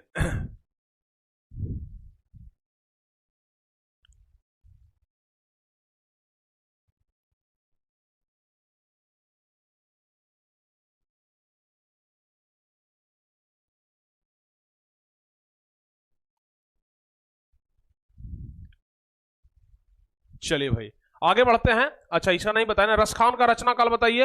रसखान का रचना काल है जहांगीर का शासनकाल। बी नंबर ऑप्शन सही होगा। दूसरा का बी नंबर ऑप्शन कितने बच्चे बता रहे हैं? दूसरा का बी नंबर ऑप्शन बता रहे हैं, बिल्कुल सही है। अगला नंबर बताइए, सवैया और छंद के सिद्ध कवि कौन थे? तो सवैया और छंद के सिद्ध कवि हैं रसखान। अगला है, प्रेम यानी श्री राधिका शीर्षक कविता में कवि ने माली और मालिन किसे कहा है? आपको बताए थे कि प्रेम वाटिका के दो माली मालिन द्वंद, राधा और कृष्ण को कहा गया है माली और मालिन, राधा और कृष्ण को कहा गया है। सी नंबर ऑप्शन सही होगा।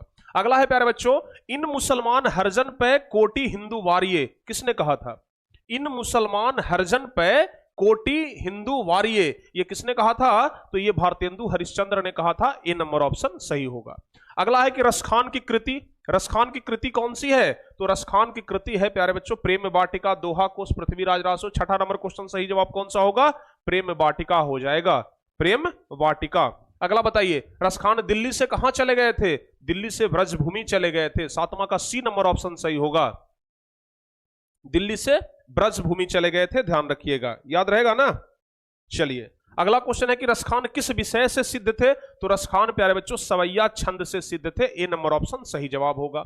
अगला है सुजान रसखान किनकी रचना है? तो सुजान रसखान रचना है रसखान की। 9वां का बी ऑप्शन सही होगा। उसके बाद कवि रसखान किस राजवंश में उत्पन्न हुए थे? तो ये प्यारे बच्चों पठान राजवंश में उत्पन्न हुए थे। 10 का बी नंबर ऑप्शन सही होगा। ठीक है ना, 10 का बी नंबर ऑप्शन सही होगा। अगला है प्रीतम नंद किशोर जादिन तय नहीं लगियो मनपा बन चित चोर पलक ओट नहीं कर सको। कितना मस्त लगता है पढ़ने में, लगता है ना। कह रहा है कि प्रीतम नंद किशोर जादिन तय नहीं लगियो मनपा बन चित चोर पलक ओट नहीं कर सको। यह पंक्ति किस कविता से है? तो यह पंक्ति है प्यारे बच्चों प्रेम यानी श्री राधिका, यानी सी नंबर ऑप्शन सही जवाब होगा। ठीक है ना। चलिए अगला क्वेश्चन है कवि रसखान किसके परम भक्त हैं? तो कवि कृष्ण भगवान के परम भक्त हैं। रसखान जो है ना वो कृष्ण भगवान के परम भक्त हैं, ध्यान रखिएगा। ठीक है, आगे बढ़ते हैं। प्रेम यानी श्री राधिका शीर्षक छंद किस ग्रंथ से संकलित है? प्रेम यानी श्री राधिका शीर्षक जो है वो किस ग्रंथ से संकलित है? तो जवाब हो जाएगा प्रेम वाटिका कि सुजान रसखान। 13 नंबर क्वेश्चन का सही जवाब क्या होगा जी? सुजान रसखान की प्रेम यानी श्री राधिका शीर्षक छंद किस ग्रंथ से संकलित है? रसखान रचनावली से हो जाएगा। सी ऑप्शन सही होगा, रसखान रचनावली। 13 का सी नंबर ऑप्शन सही जवाब होगा, ध्यान रखिएगा। 13 का सी नंबर ऑप्शन। चलिए दूसरा नंबर चैप्टर में भी 13 क्वेश्चन था प्यारे बच्चों, ये 13 क्वेश्चन हम आपको कंप्लीट करवा दिए। अब बढ़ते हैं आगे तीसरा नंबर चैप्टर में। अति सुधो स्नेह को मार्ग है, अति सुधो स्नेह को मार्ग है, यह तीसरा नंबर चैप्टर है और अब हम लोग इसी में बढ़ेंगे। ठीक है ना। पहला नंबर क्वेश्चन कह रहा है वियोग में सच्चा प्रेमी जो वेदना सहता है उसके चित्त में जो विभिन्न तरंगे उठती है उसका चित्रण किसने किया है? बताइए, उसका चित्रण किसने किया है? तो घनानंद ने किया है। ठीक है ना, घनानंद ने किया है। घनानंद को ही कहा जाता है प्रेम के पीर का कवि। अगला बता दीजिए घनानंद किस भाषा के कवि हैं? तो ये भी प्यारे बच्चों ब्रज भाषा के कवि हैं। दूसरा का बी नंबर ऑप्शन सही जवाब हो जाएगा। ठीक है ना। तीसरा नंबर है कि सुजान सागर। देखिए एक है सुजान रसखान, वो रसखान का है, ये है सुजान सागर और ये हो जाएगा घनानंद का। डी नंबर ऑप्शन सही जवाब होगा। ठीक है ना। चलिए आगे बढ़ते हैं। अति सुधो स्नेह को मार्ग है छंद के रचनाकार कौन है? अति सुधो स्नेह को मार्ग है, इसके रचनाकार कौन है? अति सुधो स्नेह को मार्ग है, इसके रचनाकार कौन है? घनानंद है प्यारे बच्चों। डी नंबर ऑप्शन सही होगा। अगला है नादिर शाह ने किस कवि का वध किया था? नादिर शाह ने किस कवि का वध किया था? तो घनानंद का वध किया था। क्यों क्यों वध किया था? बताए थे ना कि नादिर शाह का सैनिक आया और बोला कि जर जर जर मतलब कि सोना कहां है, तो ये उल्टा बोल दिया रज रज रज मतलब धूल धूल। रज मतलब होता है धूल और जर मतलब सोना। तो सोना मांग रहा था और इसको धूल बोल करके बोल रहे थे कि लो धूल ले लो, सोना नहीं मिलेगा, तो इनको मार दिया था। अगला बता दीजिए घनानंद किसके सैनिकों द्वारा मारे गए थे? तो नादिर शाह के सैनिकों के द्वारा मारे गए थे। अगला है मो आंसू बनिही ले बरसो कौन कहते हैं? मो आंसू बनिही ले बरसो ये कौन कहते हैं? तो ये घनानंद कहते हैं। सी नंबर ऑप्शन सही होगा। अगला है बता दीजिए घनानंद कवि हैं। घनानंद किसके कवि हैं? तो घनानंद प्यारे बच्चों रीति मुक्त काव्य धारा के कवि है ना। देखिए तो 8वां का ए ऑप्शन सही होगा ना, एक बार जरा चेक कर लीजिए आप लोग। रीति मुक्त काव्य धारा के कवि है ना 8वां नंबर। जल्दी से बताइए सही जवाब आप लोग। हाँ 7वां नंबर तो हो ही गया है ना, 8वां नंबर बताइए। 8वां नंबर रीति मुक्त काव्य धारा के ही कवि हैं। ठीक है। चलिए अगला अति सुधो स्नेह को मार्ग है जहां नेकु सयानप बाक नहीं, यह पंक्ति किस कवि की है? यह पंक्ति घनानंद की है। उसके बाद कवि ने परजन्य किसे कहा है? परजन्य कहा गया है बादलों को कि हे परजन्य तुम दूसरों के घर में बारिश करवाते हो, कभी हमारे सुजान के घर में भी जाकर के बारिश करवा देना। तो परजन्य कहा गया है बादल को। अगला है घनानंद रचित अत्यंत प्रसिद्ध क्या है? घनानंद रचित अत्यंत प्रसिद्ध क्या है? तो अत्यंत प्रसिद्ध है प्यारे बच्चों सवैया और धनाक्षरी, यानी कि डी नंबर ऑप्शन सही जवाब होगा। अगला क्वेश्चन है विरह लीला किनकी रचना है? विरह लीला, तो विरह लीला भी घनानंद की ही रचना है। 12 का ए नंबर ऑप्शन सही होगा। 12 का ए नंबर ऑप्शन अगर बता रहे हैं तो बिल्कुल सही है। और इसी के साथ प्यारे बच्चों तीसरा नंबर चैप्टर भी समाप्त हुआ। टोटल 12 क्वेश्चन, समझ गए ना, टोटल 12 क्वेश्चन। चलिए क्लियर है। चलिए भाई अब आगे बढ़ते हैं। हमारा पानी भी अब लगभग खत्म हो गया है, इधर चैप्टर भी खत्म हो रहा है।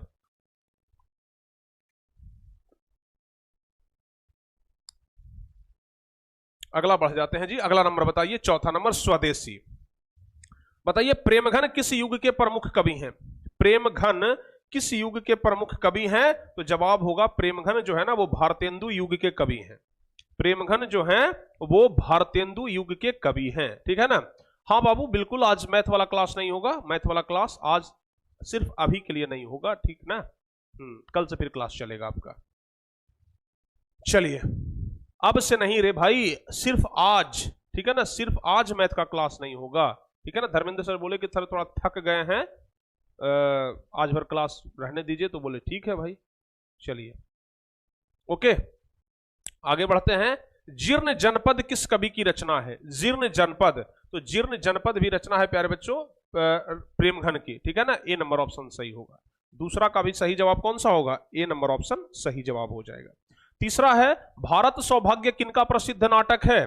भारत सौभाग्य, तो भारत सौभाग्य भी प्रेमघन का ही नाटक है। अगला क्वेश्चन है, कवि प्रेमघन के अनुसार कौन सी विद्या पढ़ करके लोगों की बुद्धि विदेशी हो गई है? तो पढ़ी विद्या प्रदेश की, बुद्धि विदेशी पाए। विदेशी विद्या पढ़ करके बुद्धि भी क्या हो गया है? विदेशी हो गया है, आपको हम बताए थे। अगला क्वेश्चन है, स्वदेशी कविता संकलित है। स्वदेशी कविता संकलित है प्यारे बच्चों ग्राम्या से। पांचवा का ए नंबर ऑप्शन सही जवाब हो जाएगा।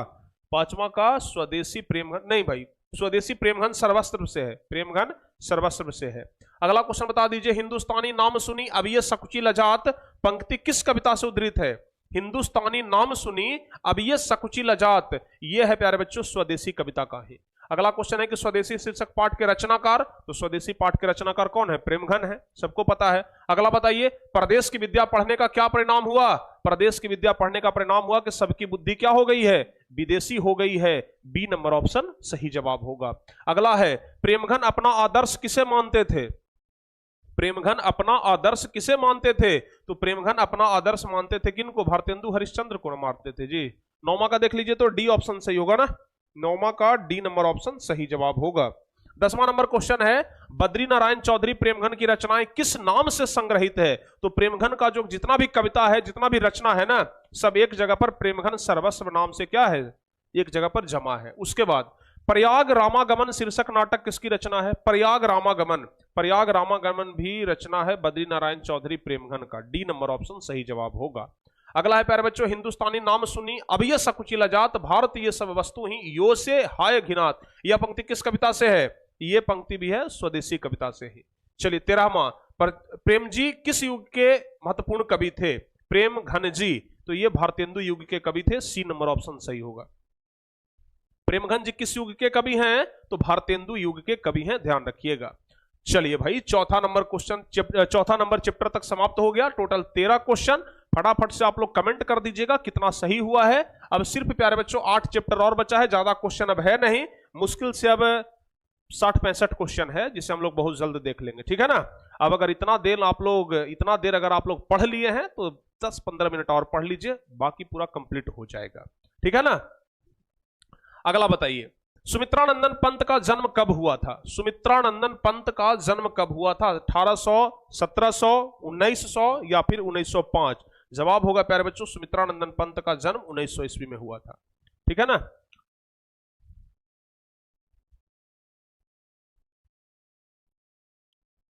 सारे बच्चे समझ गए?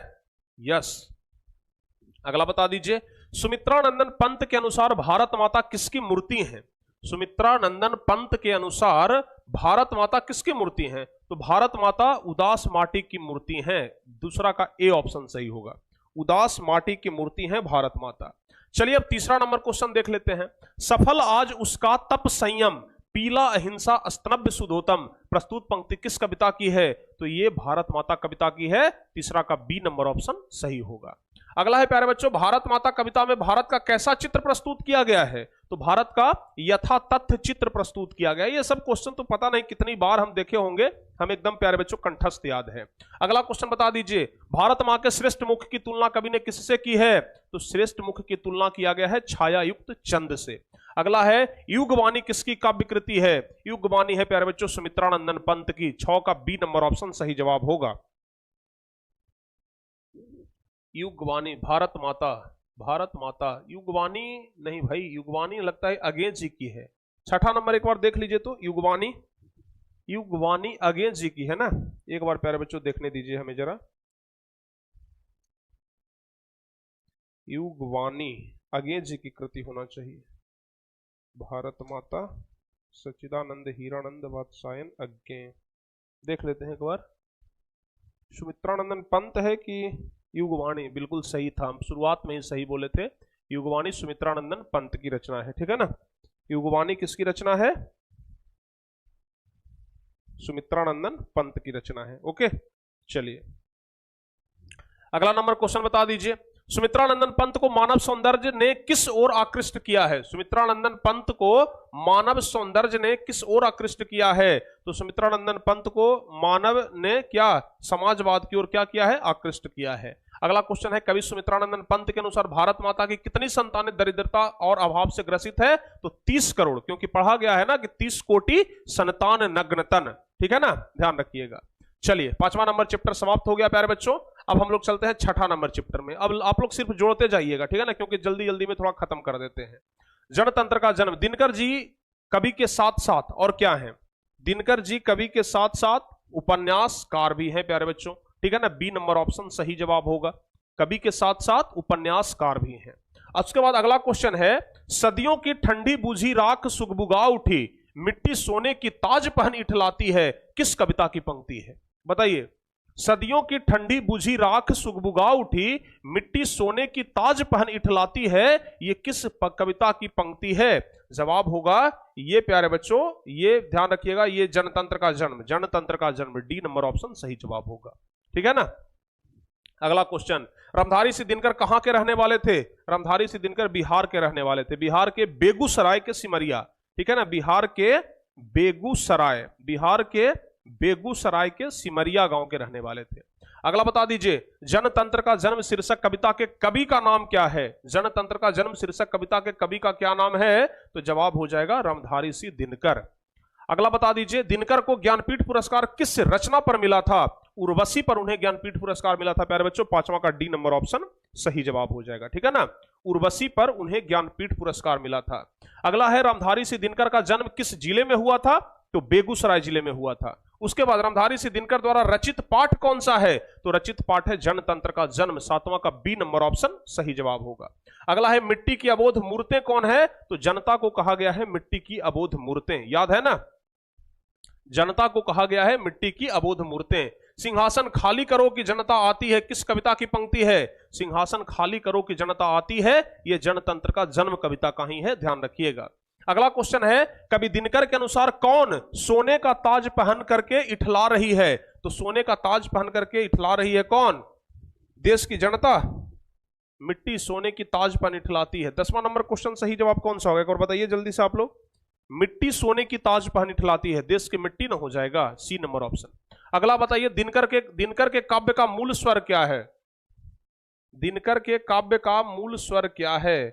11 नंबर क्वेश्चन सही जवाब कौन सा हो जाएगा? चूंकि ये राष्ट्रीय कविता है तो ओज एवं राष्ट्रीय चेतना कर दीजिए, डी नंबर ऑप्शन। दिनकर किसके लिए सिंहासन खाली करने की बात करते हैं? तो गरीबों के लिए नहीं बल्कि जनता के लिए सिंहासन खाली करने की बात करते हैं। अगला नंबर क्वेश्चन बताइए, 7वां नंबर चैप्टर का है, हिरोशिमा चैप्टर का।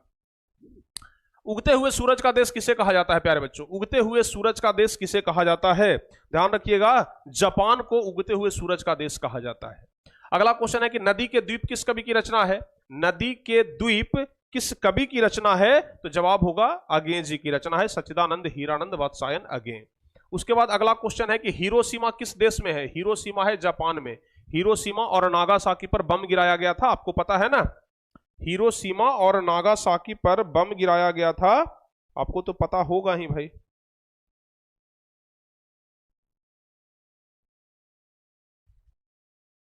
पता है ना? Yes sir. चलिए बहुत बढ़िया। तो अब प्यारे बच्चों आगे बताइए आप लोग, अब आगे बताइए। तीसरा के बाद चौथा नंबर क्वेश्चन, तार सप्तक के संपादक थे प्रयोगवादी कवि। तार सप्तक के संपादक कौन थे? तार सप्तक के संपादक कौन थे? अगेजी थे, डी नंबर ऑप्शन सही होगा। अगला है, दुर्दांत मानवीय विभीषिका का चित्रण करने वाली कविता कौन है? दुर्दांत मानवीय विभीषिका का चित्रण करने वाली कविता है हिरोशिमा। उसके बाद हिंदी कविता में प्रयोगवाद का सूत्रपात किसने किया? तो प्रयोगवाद का सूत्रपात कहा जाता है अज्ञे जी को ही, अज्ञे जी को कहा जाता है प्रयोगवाद का सूत्रपात।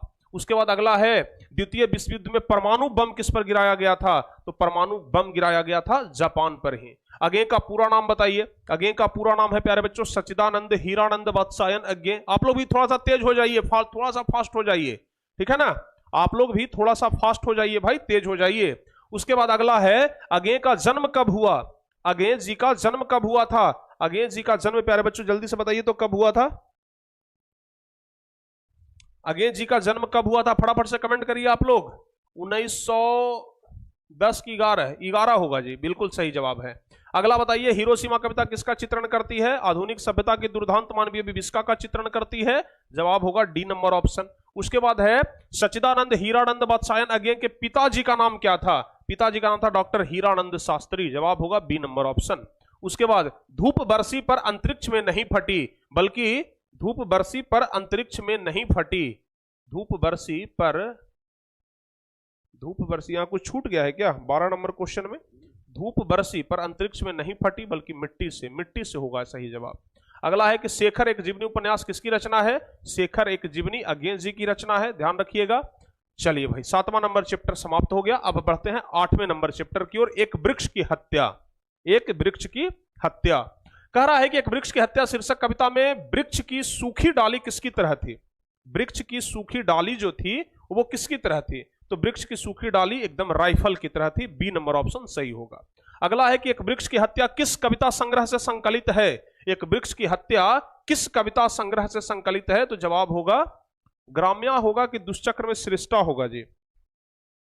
ग्राम्या होगा कि दुष्चक्र में सृष्टा? एक वृक्ष की हत्या, एक वृक्ष की हत्या कहां से लिया गया है? इन दिनों से लिया गया था ना, इन दिनों से। बी नंबर ऑप्शन सही होगा। अगला है कुंवर नारायण कवि है, ग्राम संवेदना के कवि हैं भाई। नगर संवेदना देखो ना भाई, कंफ्यूज कर जाते हैं। जैसे ही हम टिक लगाने वाले होते हैं ना, तुरंत बस कंफ्यूजन में चले जाते हैं। कुंवर नारायण कवि हैं। ग्राम संवेदना नहीं भाई, नगर संवेदना का हो जाएगा। अगला बताइए दूर से ही ललकारता कौन? और मैं जवाब देता दोस्त। पंक्ति किस पाठ से है? ये पंक्ति है एक वृक्ष की हत्या पाठ से। ए नंबर ऑप्शन सही जवाब होगा, ठीक है। चलिए अगला, एक वृक्ष की हत्या कविता में कवि शहर को किससे बचाने की बात करते हैं? शहर को लुटेरों से बचाने की बात करते हैं। 5वां का ए नंबर ऑप्शन सही जवाब होगा। शहर को बचाना है नादिरों से। ओह, शहर को बचाना है नादिरों से ना, शहर को बचाना है नादिरों से। अगला है कि चक्रव्यूह किनकी रचना है? चक्रव्यूह रचना है प्यारे बच्चों किनकी? चक्रव्यूह रचना है, ये इसके लेखक कौन थे? कुंवर नारायण है ना, एक वृक्ष की हत्या के लेखक कुंवर नारायण है। कुंवर नारायण की रचना। चक्रव्यूह किनकी रचना है? कुंवर नारायण की। डी नंबर ऑप्शन सही जवाब होगा, ठीक है ना। चलिए भाई अगला नंबर क्वेश्चन 9वां नंबर चैप्टर से है। हमारी नींद शीर्षक कविता में नींद किसका प्रतीक है? हमारी नींद कविता में नींद जो है ना वो आलस का प्रतीक है। डी नंबर ऑप्शन सही जवाब होगा। अगला है हमारी नींद कविता कहां से ली गई है? हमारी नींद कविता लिया गया है दुष्चक्र में सृष्टा से। दूसरा का देख लीजिए तो सही जवाब कौन सा होगा? दुष्चक्र में सृष्टा ही होगा ना, दुष्चक्र में सृष्टा सही जवाब है। अगला है वीरेंद्र डंगवाल को किस कृति के लिए साहित्य अकादमी पुरस्कार मिला है? तो दुष्चक्र में सृष्टा के लिए ही उन्हें मिला था साहित्य अकादमी पुरस्कार। अगला क्वेश्चन है गरीब बस्तियों में क्या हुआ? तो धमाके से देवी जागरण हुआ था। तो सी नंबर ऑप्शन सही जवाब होगा। अगला है कवि वीरेंद्र डंगवाल के अनुसार जीवन में महत्वपूर्ण क्या है? जीवन में महत्वपूर्ण है प्यारे बच्चों संघर्ष। 5वां का डी नंबर ऑप्शन सही जवाब होगा। जीवन में संघर्ष क्या है? बहुत जरूरी है। चलिए 10वां नंबर चैप्टर अक्षर ज्ञान कविता में किस मनोविज्ञान का आधार लिया गया है? तो अक्षर ज्ञान कविता में बाल मनोविज्ञान का आधार लिया गया है। थोड़ा सा हम स्पीड पकड़ लिए हैं, आप लोग भी स्पीड पकड़ लीजिए, समझ गए ना। चलिए अगला बाबू बताइए कवित्री अनामिका के अनुसार चौखटे में क्या नहीं अटता है? चौखट में नहीं अटता है बाबू का। दूसरा का जवाब हो जाएगा बी नंबर ऑप्शन, ठीक है ना। चौखट में नहीं अटता है का। अगला क्वेश्चन बताइए कवित्री अनामिका का जन्म 61 में हुआ था जी, 1961 ईस्वी में, ध्यान रखिएगा। अगला है कि सृष्टि का विकास कथा का प्रथमाक्षर क्या है? सृष्टि का विकास प्रथमाक्षर है विफलता पर छल के आंसू। सी नंबर ऑप्शन सही जवाब हो जाएगा, विफलता पर छल के आंसू। अगला है कवित्री अनामिका के पिताजी का नाम। कवित्री अनामिका के पिताजी का नाम क्या था? श्यामनंदन किशोर ना, श्यामनंदन किशोर। सी नंबर ऑप्शन सही जवाब होगा। अगला है घड़े सा लुढ़कता हुआ उसका घ किस पर आकर के थमक जाता है? घड़े सा लुढ़कता हुआ उसका घ किस पर आकर के थमक जाता है? अड़ा पर आकर के थमक जाता है। 6 का डी नंबर ऑप्शन सही जवाब हो जाएगा, ठीक है ना।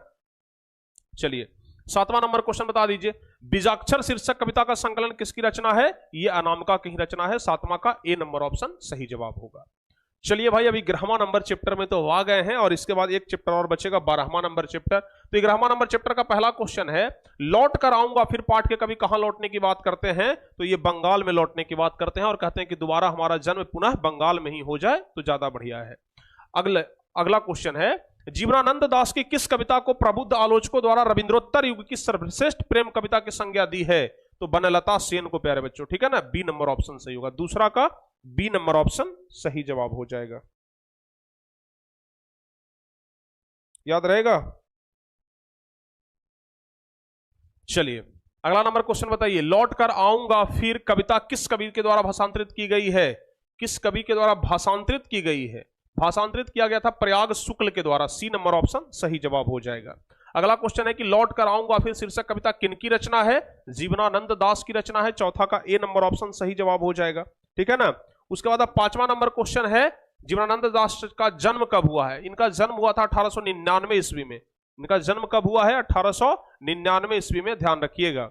एक आध दिन ना हम हिंदी व्याकरण का भी करवा देंगे, चिंता मत करिए, हिंदी व्याकरण का भी प्यारे बच्चों हम करवा देंगे बहुत जल्द।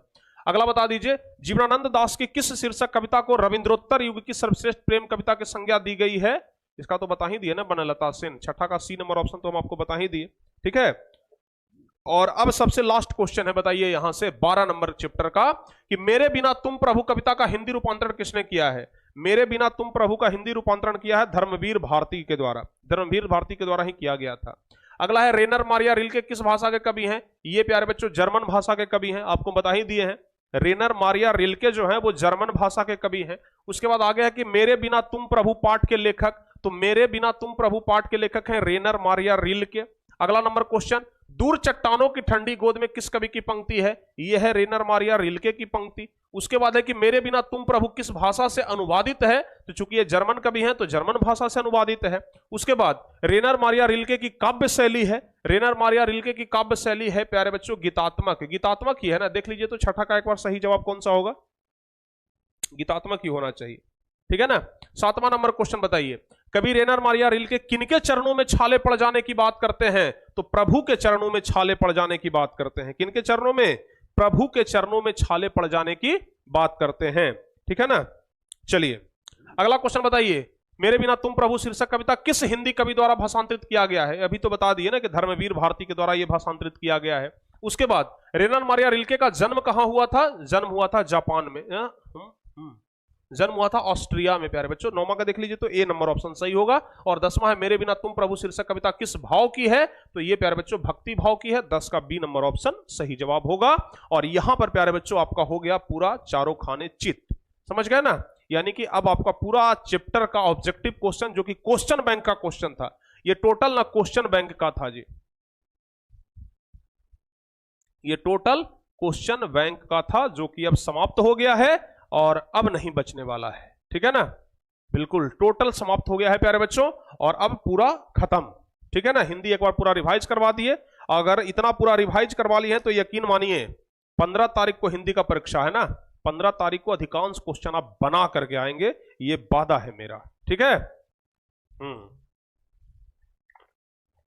चलिए भाई, तो अब आज की पाठशाला को प्यारे बच्चों यहीं पे करते हैं समाप्त, क्योंकि बहुत ढेर सारा क्वेश्चन आज हम लोग देख लिए हैं।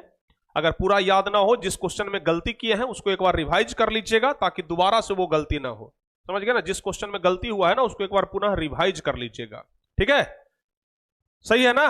ओके, तो जाते जाते प्यारे बच्चों मिलते हैं फिर आपसे अगली क्लास में सुबह में, तब तक के लिए जय हिंद, धन्यवाद।